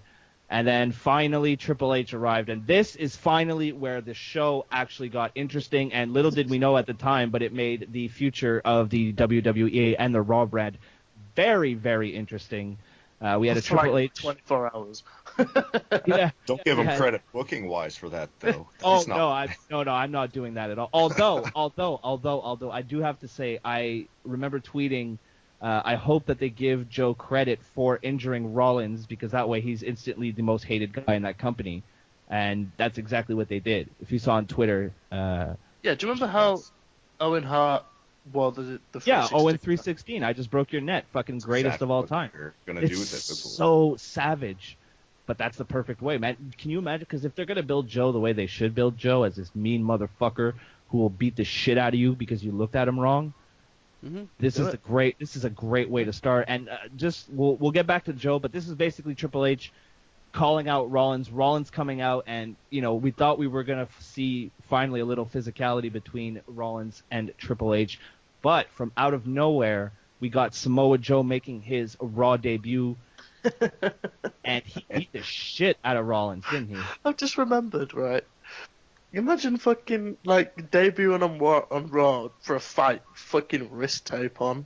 It was the one thing about the segment. I was like, why is he wearing wrist tape? The little thing. We talked one about it thing last week, but yeah, no, I can see your point.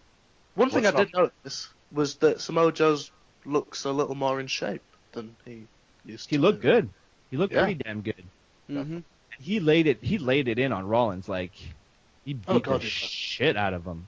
And it was a good time. also give credit to the Cro-Magnon slow-petted son-in-law on that tremendous promo. You got to give him credit on that promo. Oh yeah, that was incredible. When it's like, I'm trying. That was to a not Cornette. be that That was a guy. Cornette reference, wasn't it?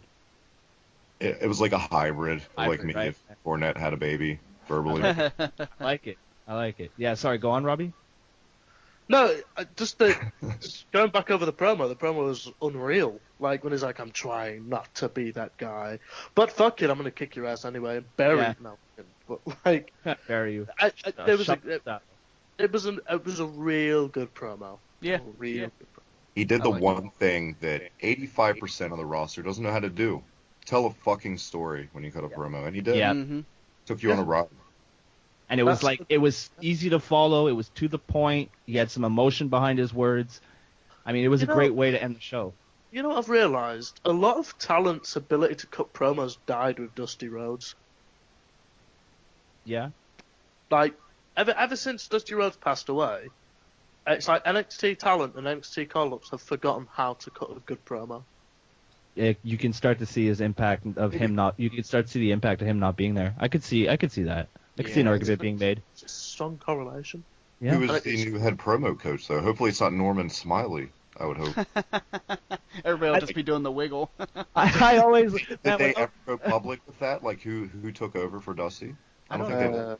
I didn't see anything. I don't know if they ever said anything about it. I seem to remember hearing something about it, but I can't remember. Let me see if I can Yeah. I find hope it. it's Simon Dean. It's not Harley Race. Harley Race. You need a cure for insomnia. Watch the Harley Race promo. Anyway, sorry to fuck your show up again. Continue. I don't think that's possible. Robbie's on it. To be fair, I drew in a lot of views last week. So, The confirmed draw. Robbie Okay. Radford. Are you related to Rad Radford? It's been killing me for like an hour and a half. Do you remember Rad Radford? Louis McCauley was Rad Radford. Anyway. Oh yeah, Luke Spicoli. Yeah. Sorry, man. That was a reference I blocked out for a second. But I'm with you now. I'm with you. Yeah, I'm not related. But yeah, Samoa Joe completely beat the living hell out of Rollins, putting him in a Coquita clutch. And little did we know, like I said, little did we know at the time, but when he did, Rollins, like, you guys see, I'm sure you guys saw the videos where you can actually hear them, like, Joe ask him if he's okay, and then Rollins saying he hopes so. I watched there was like a 10-second clip going around, and I watched it probably 50 times. And I didn't see at first where it happened, but it's right before he goes down. It looks like his knee completely just gives out. The reports that I've read so far, I think it was from the Observer, is about 8 weeks. Mania's 8.5 weeks out. So there is, that's a rumor. I don't think it's been confirmed. It's been confirmed that he's injured, but the time that he's been missing, or that he will miss, hasn't been announced. 6 to 8 weeks. Yeah, possibly. 6 to 8 weeks possibly. Okay, so he He'll be could back be then. back in time for Mania. I think he will. But Jesus Christ, this poor guy. It was an MCL tear again, wasn't it? Yep. Yeah. Yep. Okay, and it was the same knee. Now, does Seth Rollins have a weak knee? I said this, that when he did his knee the first time, I don't understand why he still kept doing the pedigree. Yeah, His first night back on television, he did the pedigree at the pay-per-view. I didn't Change the think finish. of that, but that's a good point. That's an excellent point. Like, I don't think anyone brings that up enough. When Nikki Bella came back from neck surgery, she's completely changed the finisher. Yeah, she stopped doing the rack attack, which is unfortunate. I mean, maybe the curb stomp isn't a babyface move, but if it takes out the overall bump on the knee, take it, Yeah. do whatever. Well, it's like Hulk Hogan, who said that if he could go back, he would have never used the leg drop. Yeah, because his hips are fucked. Or the stunner with Stone Cold. You do that every night of the week for a certain amount of years, and and he already has an injured knee. Probably landing on your knee every night, probably not a greatest idea in the first place. So yeah, I'm really hoping that lessons are learned and we work out. I'm sure he can find a finish that's just as impressive. I mean, it's just not like the pedigree. Like I can do a pedigree and make it look good, So Yeah. hopefully they learn from their lesson and they give him another finisher, or he steps up and says, "Look, I'd really like to not be hurt every so often, so we'll have to wait and see to what happens. But if let's put that out there. Who do you want to face Triple H if Rollins doesn't come back, or if he's not back in No time? one. Nobody. Kill the fucking Yeah, story. it wouldn't make sense. It wouldn't make sense. Yeah. Except Except with WrestleMania in Orlando, there's no way he's not going to be on that card. Exactly. Kill the story. Kill it They with fire. should. I don't Or at know least- I don't know what his movie schedule is, but there may be a call to Miami, Florida in the future for other Samoan. Because you don't know if you would like to think they have, you have to have backup plans. It's not ballet. Guys are going to get hurt. You have to have a plan B. So you would hope they have something else, and it wouldn't be that desperate to call The Rock or somebody like that. Yeah. I don't know, man. This is honestly, storyline wise, this is fucking perfect because this makes Joe look like a killer, just like you said, Eric. I mean, if that is the positive way to look at it, is just look at the lack of top guys. What do you do now? If it was me booking it, I would have Triple H come out on Raw next week, bring out Joe, say job done, and then Joe goes to SmackDown because he knows that fucking Seth Rollins ain't gonna touch Triple H for a very long time. Yeah. So move him over to SmackDown. His job is done. Yeah. You could have him take out. You could have him feud with Tyson Kidd. Oh wait, no, sorry. Oh. Oh. Drew. You're the nice guy of the podcast. What the hell? I wonder who Bret Hart's gonna blame. I saw that this week. That was fucking. He'll be like Rollins hurt himself. Speaking of tremendous tweets, did you see that tweet Finn Balor sent out to Seth Rollins with the greeting card? Yes. My God. That was tweet of the fucking year so far for awesome. me. It was really, really good. It looks like Rollins is still going after Triple H regardless. Honestly, Robbie, what you were saying, it just hit me. Make a call to Kurt Angle, Samoa Joe, Kurt Angle. There you go. Yeah. Why not? Fuck it. You're gonna book WrestleMania full of part-time guys. Samoa Joe and Kurt Angle did nothing but gold in the ring. That would make sense. Yeah, Maybe. And WrestleMania, that'd be a hell of a platform to put that on, put that up there. One last hurrah for Kurt, possibly. Yeah, why not?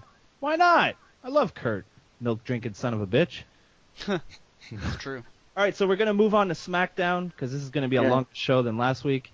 I got to be honest with you guys, I didn't watch it. I didn't watch SmackDown at all. I'm gonna have to rely on you guys a little bit more for this. I got notes up here.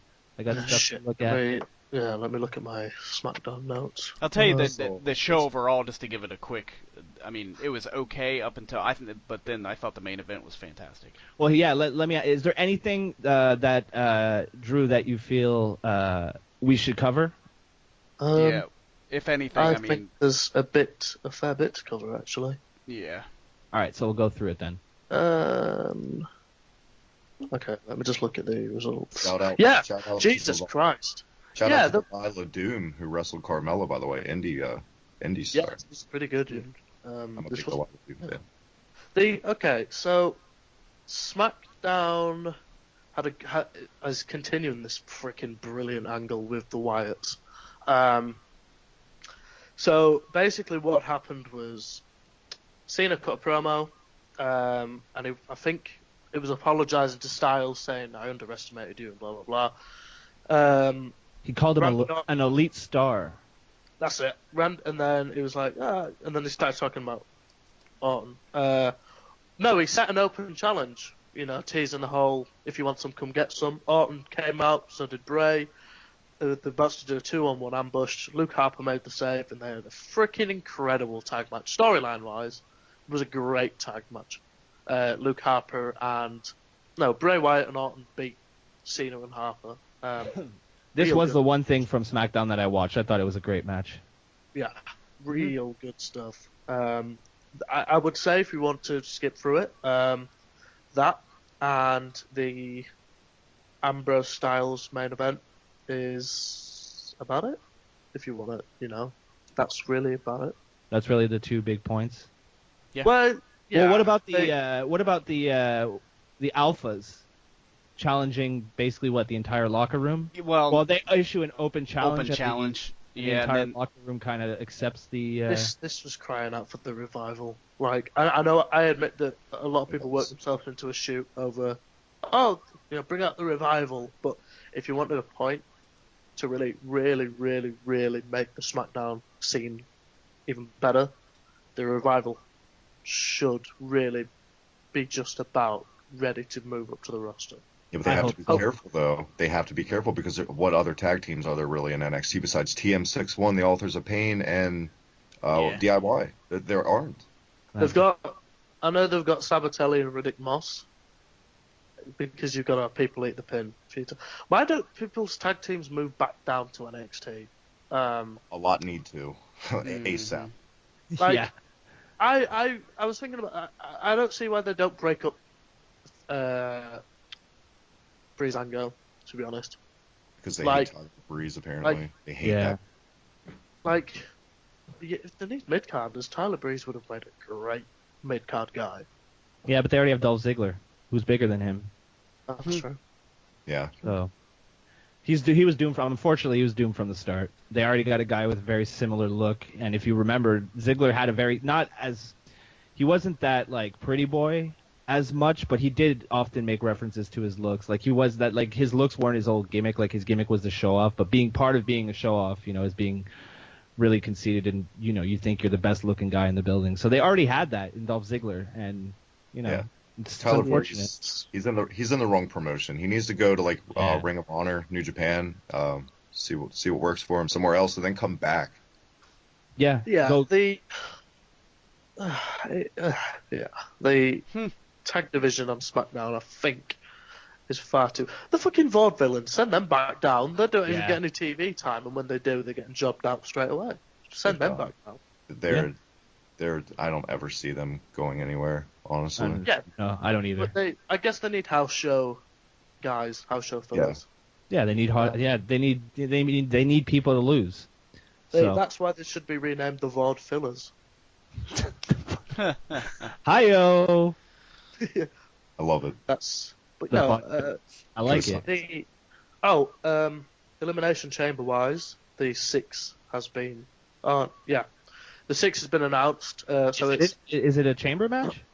Yeah, Elimination Chamber, WWE Championship, Baron Corbin versus Bray Wyatt versus AJ Styles versus Dean Ambrose versus The Miz versus John Cena. No, but I meant the tag match. Is that? No, that's a scramble. Tag Team Turmoil. Okay, cool. Okay, so the chamber match is for the championship, the WWE Championship. Gotcha. I'm on the same page with you guys now. So apparently, so that should be pretty good. That's what, 2 weeks away? Yep. Is Cena dropping the title? Because here's my theory. That next tag match in. I think he is, because if you remember, they were making a really big deal about Cena tying Ric Flair's record, right?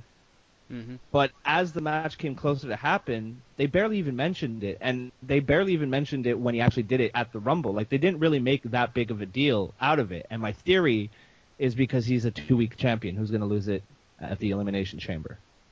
I think it goes on Bray Wyatt. I think we have Bray Wyatt in Randy Orton. Yeah, at Mania. Which I'm okay with.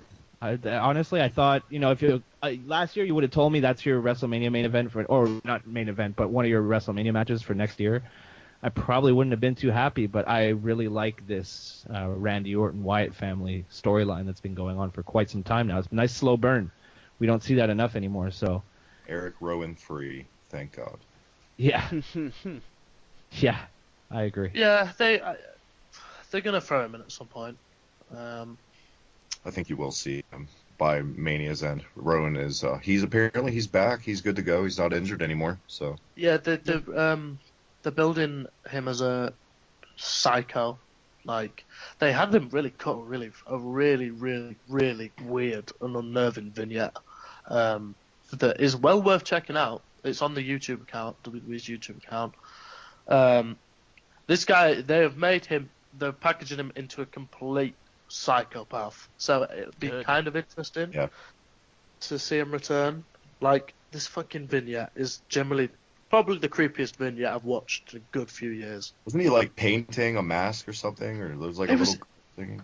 Yeah, it was there was a little girl singing in the background. It was all black and white. It was cutting the hair off either a human or a lifelike doll and putting it in his mask, and Yeah. Yeah. That sounds terrifying. Yeah. So, yeah. All right, so I guess we'll end this quick SmackDown review or recap, whatever you want to call it, with Dean Ambrose versus AJ Styles. I'm to assume that was the main event. Yeah. Yep. Good match. Yeah. Real good event. Good match. Mm-hmm. See, that's proof that AJ Styles is the best worker in the world. He had a good match with Dean Ambrose.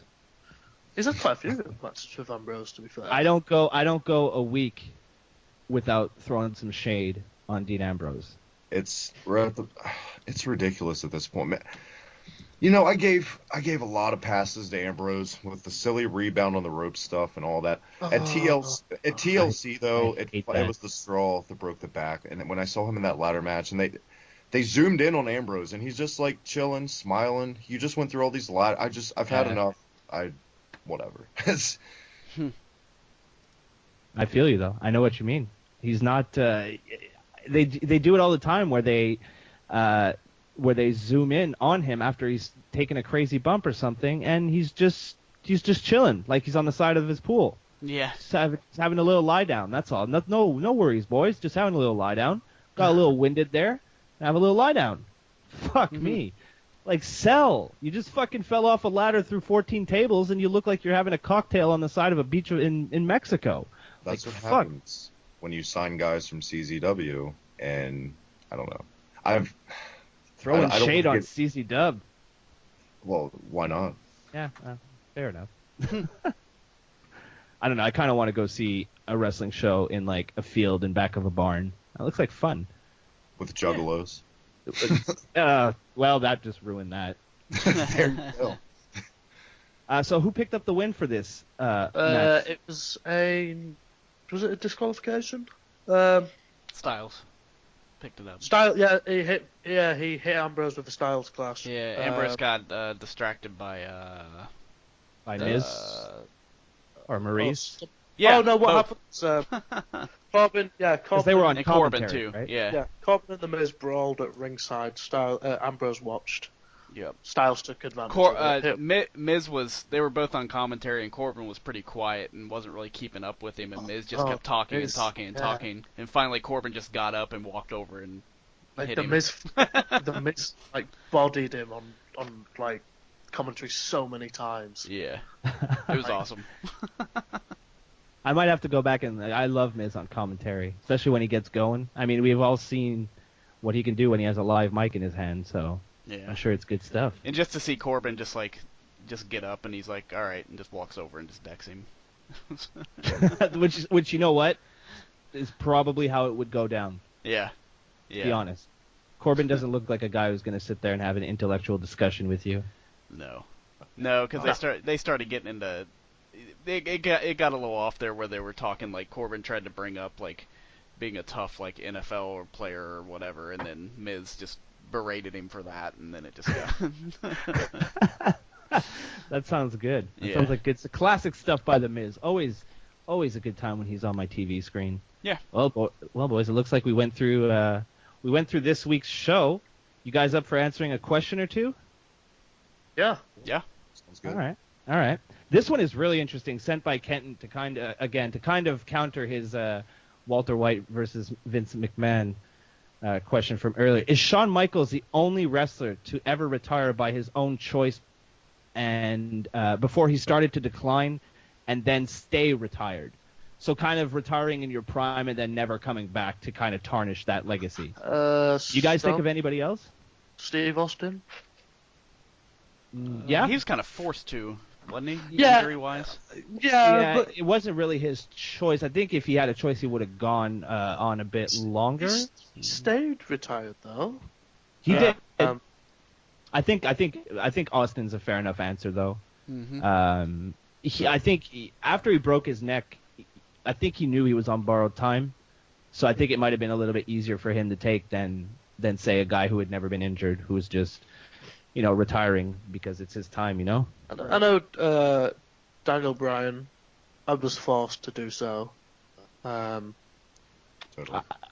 Yeah, but Daniel Bryan was forced to do so, and if they would let him, he would get back in the ring tomorrow. Like the question is like they retired on their own accord. Yeah. Okay. Go ahead, Travis. Oh, I'm sorry, Eric. Well, I was just reiterating. I was just reiterating the question for Robbie. It's like they retired by their own choice. It was their decision to retire. Yeah. Before they really started showing their age, and then they stayed retired. So like the complete opposite of Ric Flair. I was gonna say Trish Stratus, but obviously she had like a match. Yeah, but it was. Was it really a match though? It was Snooki and John Morrison. Wasn't that the match? No, 'cause she came back. That's the match she came back for. And she had a tag match when John Cena was like, when Sanders like brought me another guest host or something of Raw. I remember what you're talking about. Oh, right. Both matches were so irrelevant. She wasn't around for a long time, and you know, like I'd say, but like the Undertaker now in the Rumble, he looked tired, and he wasn't standing up straight, and like. He didn't look great. Like Undertaker has been showing his age for quite some time. So a guy like that, you know, a guy who should retire but isn't. I've got two, but they're so old and obscure. I don't know. Let's hear it. The first one's Dr. D, Dave Schultz, who left the business to become a bounty hunter. Yeah. In his prime, one of the greatest heels I've ever seen. I bring him up on my show all the time. The other, I got to say, even though he was older than a lot of people thought, he looked really good for his age. Is Ronnie Garvin. Rugged Ronnie Garvin walked away from the business. He was still wrestling for like Smoky Mountain in ’94 in great shape. He just, true. I don't know if that's maybe borderline because he was older, pushing 60. But Dr. D was definitely in his prime, and he had enough of the bullshit. Wrestling just wasn't for him, you know. Yeah. So he did, but he did leave, you know, on his own accord. So it's just, I think he would qualify as well. Yeah. Great question. Shout out to Kenton, who's also on my Twitter. Yeah, Kenton's my scoop guy. He sends me like the bullet points from the Observer, so I don't have to pay for it. It's awesome. Which I might edit out.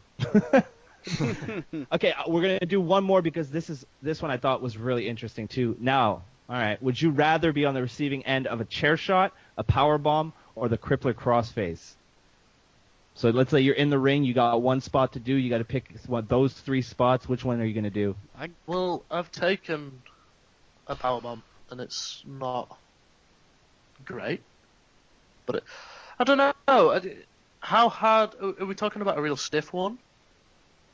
Let's assume, let's say like you want to make it look believable, right? Like a Balls Mahoney chair shot.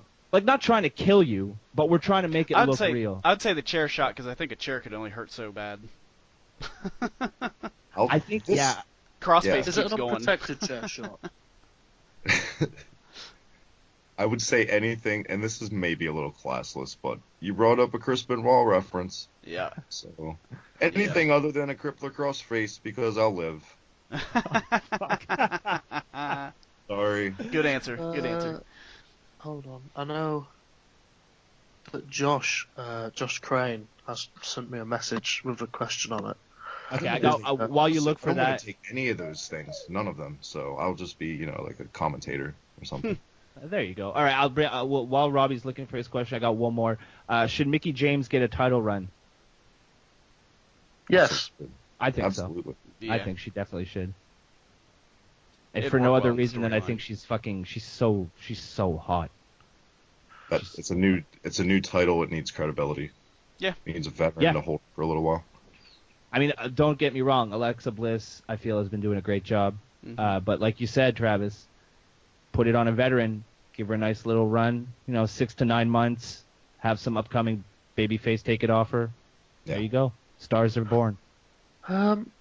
Okay, so the question was, and it was obviously because we went to do this podcast a while back. So jog your memories a bit, guys. Josh, who's a really good friend of mine, so answer it in a real fucking good way. Who remembers the King's Court segment? Does anybody feel that they pushed the boundaries a little too far for a PG show? When Ziggler kicked Yeah. And Lawler in the heart? Is this just because Lawler wasn't wearing a shirt? Is that what you Jesus Christ. Yeah, that thoroughly offended me. Was it the man boobs? Drew, how dare you? He's a legend. He's a legend for a while now. Yeah. Okay. Offended? Well, You know what? Just push the boundaries. Look, Nah. here's my thing. Offended, yes, but let me explain to you. It's yes with a little asterisk. Okay, and let me explain to you why. I was at the Raw where Jerry Lawler had his heart attack. I was like 4 rows behind where he actually had his heart attack. So I saw him fall over. I saw everything. Now, that dark match for the Raw was supposed to be John Cena versus CM Punk, but because Lawler had his heart attack, they canceled the show. Like, they canceled the dark match, and then after Raw was over, that's it. So, yeah, it fucking offended me because it reminded me that I didn't get to see Punk Cena live. Wow. Well, he nearly died, but Punk Cena, goddamn. You know, I saw something You know what? Jerry Lawler related live that's even more like worse than that. Than seeing him have. I attended King of the Ring '94 and saw that brutal match with Roddy Piper. Oh, live. wow. Oh, god damn. It was in Baltimore. Yes, I was Yeah. there. It was. Oof. That must have been fun. Hey, to take it back a little bit, you made me think too. We can put Punk in the category of that first question, right? Well, Oh, yeah. We don't know If he doesn't come back. Yeah, if he doesn't come back. Yeah. Because if things stay the way they are now, yes. But Yeah. you never. He'll be back. Yeah. He'll be back. Was he in his prime? I've seen lots of real good stuff in Ring of Honor. I would say. I would say, yeah. I would say if he wasn't still like in his prime, he was just slowly coming out of it. Like, he was having great matches. Maybe not in ring wise, but as far as everything coming together as like the total package, most definitely he was in his prime. It was the last Undertaker match that I enjoyed at WrestleMania. Totally agree. Mm-hmm. So Yeah. So did we answer that good enough for your friend, Robbie? I think, yeah. Hi, Josh. Yeah. Well, guess what? If Yes. he doesn't like it, it was free. So get off our nuts. Yeah. We were offended that Jerry Lawler was not wearing a shirt. So. And I was offended that, even though he almost died, I didn't get to see the match I wanted to see. I guess in a way that I was selfish person. Like, I don't think I wasn't offended, but it pushed the boundary. Similar to that was another segment on SmackDown that I was like, I felt it was in poor taste. Like the Reed Flair thing. Yeah. It was poor taste. Doesn't need bringing back up. Yeah. It's like if somebody went, your career's gonna come crashing down, just like Owen Hart's entrance. Well, that's a whole. Yeah. For me, the only thing that really offended me was Dolph Ziggler's horrible take on 2008 Chris Jericho, because that's what he's doing. It's like he just studied a bunch of tapes of Jericho in a suit with that mundane, monotone, No Country for Old Men character he tried to. I thought it doesn't fit Ziggler. I don't like it. The super kick looked like shit, and his super kick is awful. Like, I rag on the Young Bucks for using the super kick too much, but at least it looks decent. Ziggler's is rough. They connect. Yeah. On 12-year-old girls with their super kicks, or boys, or whoever they wrestled in the ring that was a kid. It was like a 10-year-old kid, I think, like a boy. Push the boundaries. Wasn't particularly offended by it. Perfect. Nah, I wasn't. But I mean, different strokes for different folks. Eric, you were there. I didn't even know you were at that show, and I forgot it was in Montreal. Didn't Jerry Lawler have a heart attack because that primetime players match was so bad it killed him for 7 minutes? Yes. Jesus Christ. Yes, because you know what? Right before Lawler slumped over and fell on the floor, I was feeling a little lightheaded myself. I'm not gonna lie. I was there and I was like, you know what? They don't come here very often for Raw, and they put Daniel Bryan in a match with fucking the primetime players. I mean, I'm glad to see Daniel Bryan, but the first time I saw Daniel Bryan wrestle in WWE, I think it was against Punk at like a house show. So, it's quite the step down. But yeah, there's a lot of things about that show that pissed me off. It reminds me. Lawler knew that his heart just couldn't take it. Yeah. I'm going to a show like right before WrestleMania, so I'm pretty pumped for that. And just remember, folks, the 2-hour mark of the podcast is where we go into offensive overtime. Yeah. It's because we've had to rehash all the fucking bullshit that we got to sit through 2 days ago, and now we're just like cranky, like old veterans, just sitting around bullshitting on how fucking horrible our lives are. With our Ronnie Garvin references and our bullshit. There you go. That's what that's what I like about going on Travis's show and having him on here today. He brings a fucking old school knowledge. Like I forget a lot about that stuff. But as soon as someone mentions it, I'm like, yes, I do remember that, you know. But like, I love it when people are just, it's great. I love the old. It's moments like this in life where knowledge like that is only applicable, where it's only useful. So I appreciate getting to let it out on your outlet. I always love it when you sit down with some wrestling people and it's like, because I remember when I first did the show with Elliot and Ben, I'd never spoken to them before, and I think we went for like a good hour and a half. And that's the thing I love about wrestling is that it's a universal language that brings people together that I don't think it gets enough credit for doing.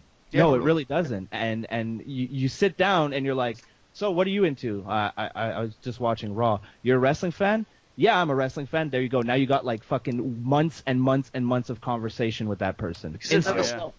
One guy's musical taste will be Cannibal Corpse, the other guy will be Hall & Oates, but they love wrestling and they'll just rap for like 4 hours about good old-fashioned Rock and Roll Express matches or something. Because it's, you know, what's also beautiful about wrestling, not to, yell, emotional or whatever about it.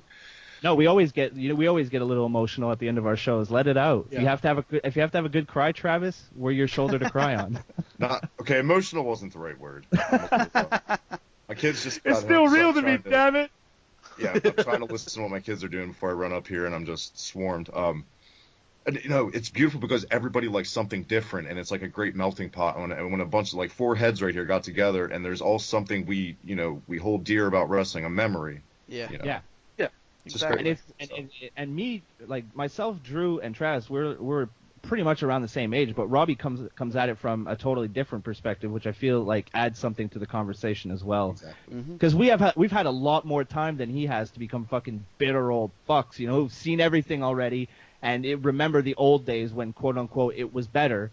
Because I don't necessarily believe that's that people say, oh, the Attitude Era, it was so much better as a blanket term, but go back and watch some of those shows. It's not always better. Awful. Yeah. There's some that are really fucking bad. I mean, if you like run-ins, you're gonna have, it's like a fucking buffet. That's your jam. Nitro all day. I remember I went on a binge, like this was before the network was out, and I found like this website that had a bunch of old Monday Night Raws, and I watched about 5 in a row. And I remember counting, and on those 5 shows combined, there was 3 finishes that were legit. The rest were all like either run-ins or like screwy finishes and cheating, which has its time and its place. But when that's all you're giving, and it didn't matter. It was baby faces, heels. It didn't matter. Everybody was cheating. It's just, I feel like that's when you go back and look at it, and then you look at the product that we have today. You're like, it was awesome back then, but that's kind of like where the beginning of the end started happening. Yeah. And see, that's when I go back and watch just like, Bret Hart, Mr. Perfect, SummerSlam 91 and have a cleansing. Yes. Yeah. You just feel so much better about, you're like, this is why. Oh, yeah, that's right. I feel so much better now. And that's why I like NXT matches, particularly like matches that like maybe the Revival are in. Or like even American Alpha. Like if you remember their matches at TakeOver. Guys, I've got 2 bits of news. Uh-oh. Okay, Robbie's news break of the show.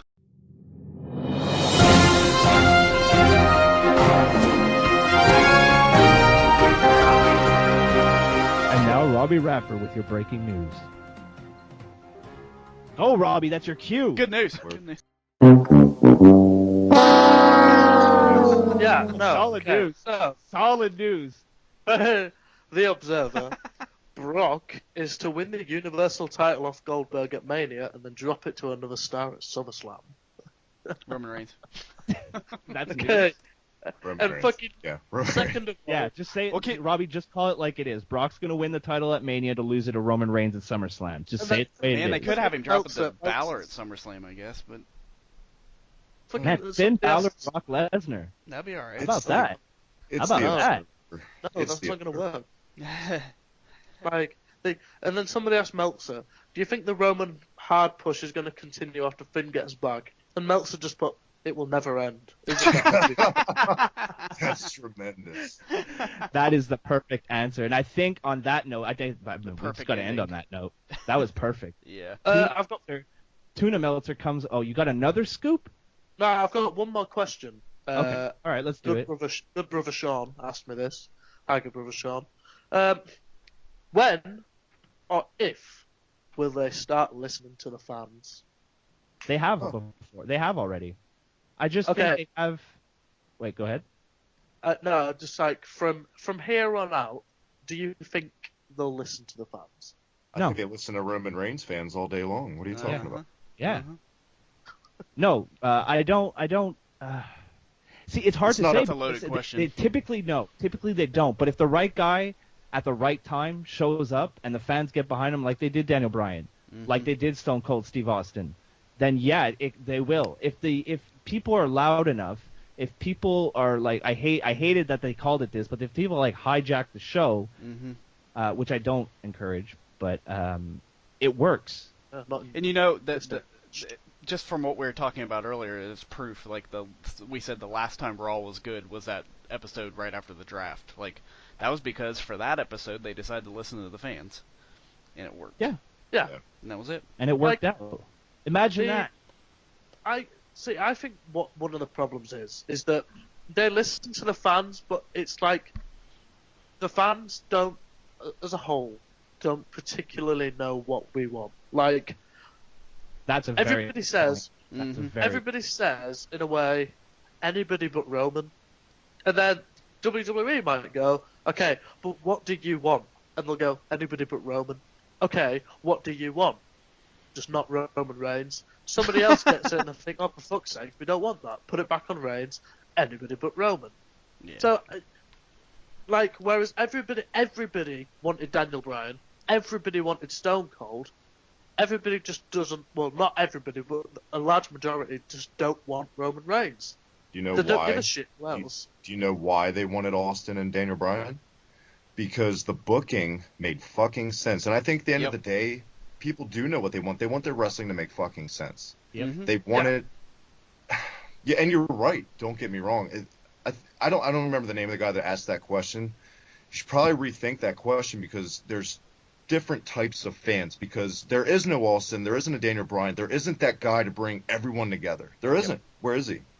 Like, because I'm looking for him. Maybe Nakamura like one day. Sami Zayn could do it. Possibly. I think Sami Zayn is your best bet right now with the guys that are there right now to get everybody behind him. I think Sami Zayn is your guy. I agree. Yeah. Look how. Do you remember when he was getting bodied in that 10-minute match against Braun? Yeah. Like, he had to just survive 10 minutes, and everybody, like, by the end was like, "Oh my god, come on, Sami, come on, Sami." Like, so it feels like they're booking Zayn in the right way despite themselves. Like, I feel like they want to disrespectfully book him, which is why we got the backstage promo with the Shield where, like, the object was to make him look like a complete geek. And to a large extent, they succeeded. I mean, I liked the segment. I thought it was funny, so I kind of came at it from the comedic aspect. He just looked more like a guy who was just really ready to get out there and go than a geek to me. And no matter what, the fans are behind him, so no matter what kind of, so far, what they've done, he's still has that support, and I think he's been well booked despite WWE's best efforts. Like, I don't think they're purposely booking him as this guy that fans are going to get behind. It's just him. He's one of those. Like sorry. Yeah, go ahead.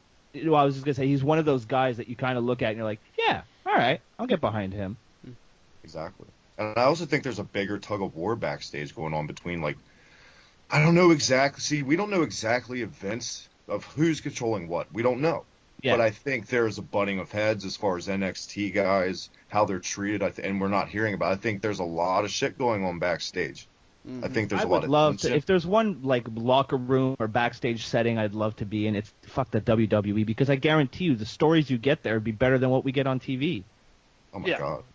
Yeah. I bet there's a lot of stuff we don't know. Oh, there's tons of stuff. Then and that's why sometimes I listen back to these shows and I'm like, you know what? You got to put yourself in their shoes sometimes too. There's a lot of factors we're not even considering right now. Yeah. That we have because we don't have the tools to, because we're not there. You know, so guys it's like that sometimes are injury prone guys that can fucking just talk basically. And you would have to think. I mean, we mentioned Tyler Breeze. You could say the Ascension, even though I've never been a big Ascension fan. Even though when they were hot in NXT, it's fucking Connor from the original NXT, and he's terrible. Anyway, the thing about those guys, you would have to think Triple H harbors some kind of resentment of how they've treated Tyler Breeze.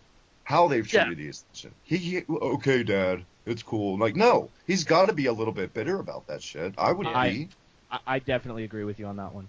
Do you think that some of the transitions from the NXT, going from the fans' perspective, do you think Vince books people wrong on the main roster to spite Triple H and say, "This is your guy," you know?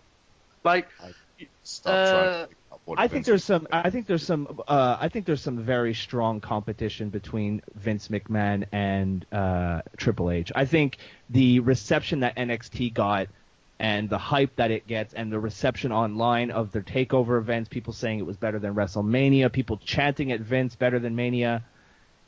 Vince. If one thing, Vince has a massive ego, and I think, he's a Republican. So if you attack him and you attack his ego, he's gonna be very upset about that, And I don't even know why I made a political joke there. I'm fucking Canadian.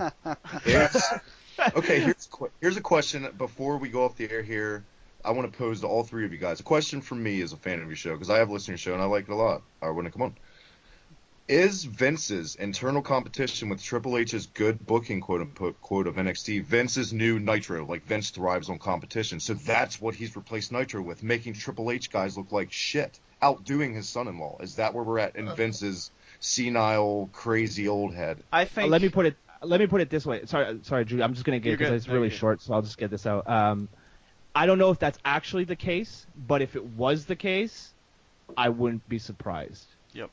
I think it's just the back of it. I think it's still something that just sits in the back of his head, maybe, and he's maybe not even aware of it. But yeah, to a degree. That's and then another. I think the rest of it is just Vince, like he always has been. Is he sees something and immediately he has an opinion of it, and that's going to be his opinion of it for all of eternity. It's because how many times do you see people backstage go, Vince hasn't got time to watch this or watch that. Yeah. So, like, that's he what has I was to going go to say. Sorry, go ahead, Robbie.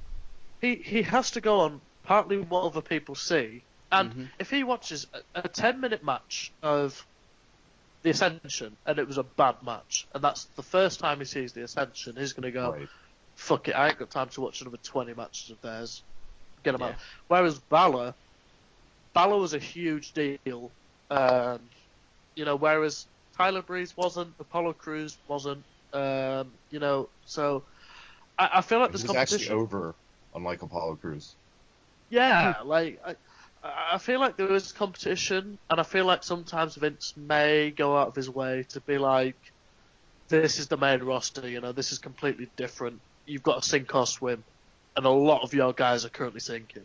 Mm-hmm. I think that the way that NXT is run is so different from the way that Monday Night Raw is run that a lot of guys probably get there and they're like, "What did I just get myself into?"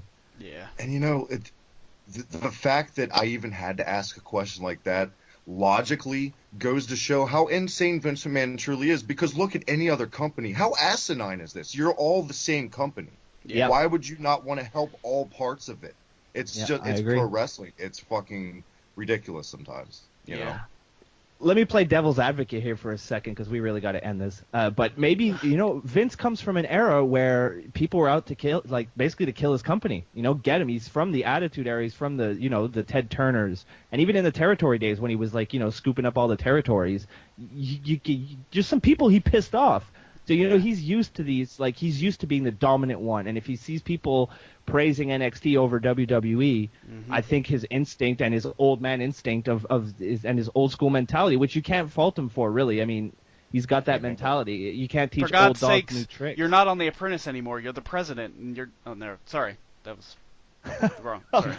The parallels are so scary. The parallels between Vince McMahon and Trump are fucking terrifying. They really are. I say that to my girlfriend all the time because she's not a huge wrestling fan. I'm like, really? If you just follow Vince McMahon, read about his how his upcoming. The parallels are crazy. Yeah, and it's terrifying. It's terrifying. Yeah. Just one madman in charge of the greatest or the most powerful wrestling promotion in the world, and then you have another madman in power of arguably the most powerful country in the world. So it's nice. It's nice things are consistent in America. You got to give. I talk a lot of trash on you guys. not you guys personally, but Americans, because I'm Canadian. I grew up with Bret Hart, so I have to hate America. Yeah. And but you guys are consistent. You got crazy people all the time, and I respect that. Hey, as a closing statement, Yeah, as long as Donald Trump makes Roman Reigns look strong, that's all that matters. we're going to war with China. Roman's gonna start wearing a golden helmet. It'll be great. So, Yeah. KayFabe Today prediction: Donald Trump is going to push Roman Reigns. Yeah. They're going to get him behind. Out of the country. Captain Samoa. That's how we figured it out, WWE. You can send us our checks right now. The way you get Roman Reigns over is to have Donald Trump push him. And he doesn't give a fuck if China has brass knuckles or not. There's gonna no-sell a stunner from Putin. There you go. That's it. And on that note, guys, I want to thank our guest this week, Travis. Travis, where can people find you on the wonderful world that is the internet? You can check me out on Twitter at @TheHibikitMD. Check out the Hibiki TMD Facebook group. Check out Slam Pigs Podcast at Slam Pigs Podcast. Check out the reset button on my YouTube channel. Just search Hibiki TMD. Everything retro gaming, pro wrestling, all that good stuff. Thank you guys for having me. This has been a pleasure, and it's been tremendous. Well, thank you for coming on. I'll put a link down to Travis's various, I'll put his Twitter, I'll put his YouTube channel, and I definitely recommend you guys check it out. He does some really good reviews. His Earthworm Jim review that he just did recently you could actually tell that that's like one of your favorite games. You could hear it in your voice. It was a really well done. I really enjoyed that review. Robbie, where can we find you? At Robbie Radford on Twitter. I just want to plug Twitter. That's how we pronounce it where I'm from. Around these parts. I want to plug Strong Style Clothing. They've helped me out. We've got a nice deal going on there. Nice. They've got some really good clothes this time of year. Summer's coming along soon. You want to get some good beachwear. You want to get some good sports clothing if you're in the ring, if you're in the gym, or if you're traveling. Sports Strong Style brand is the way to go. And if you guys want to hook us up at the podcast, you want to sponsor us, I'm probably the best promoter on the internet. So, just putting it out there. We're ready to sell out, desperate to sell out. Drew, my loyal sidekick, where can we find you? At Drew Ortman on the Twitter, and just go to KAYFABEToday.com. We got massive amounts of content coming out right now, and it's all very, very, very awesome. So just go over there and check it out. I'm really happy about the activity on the site. I've been seeing that today and the past coming days, and I'm sure there's more coming. There's a lot more stuff coming. We're back, guys. And I, of course, am your host, Eric. You can find me on Twitter at MTLBroski. And I said it last week, but I still hate the fact that this podcast is on the Twitters.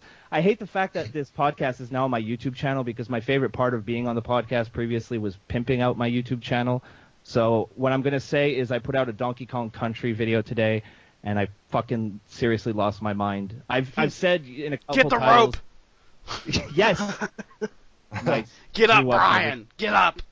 Oh, that's a class. Yeah. I'm going to put that clip at the end of this video, I think, of me playing that WCW game. It was a good time. Yeah. I just put out a Donkey Kong video, and I titled it, like, Angriest Episode Ever, which is, like, about the 5th video that I titled it. But each time I really mean it. This really is the angriest. I'm not just clickbaiting.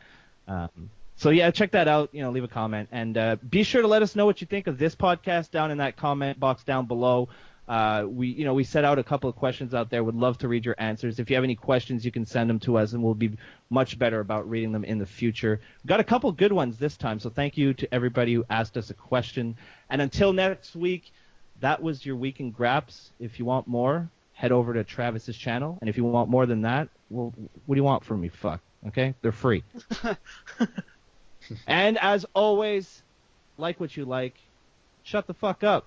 Until next week, I'm Eric for the KAYFABE Today podcast. Later, guys. Bye. See ya. Mm-hmm. Twitter. Motherfucker!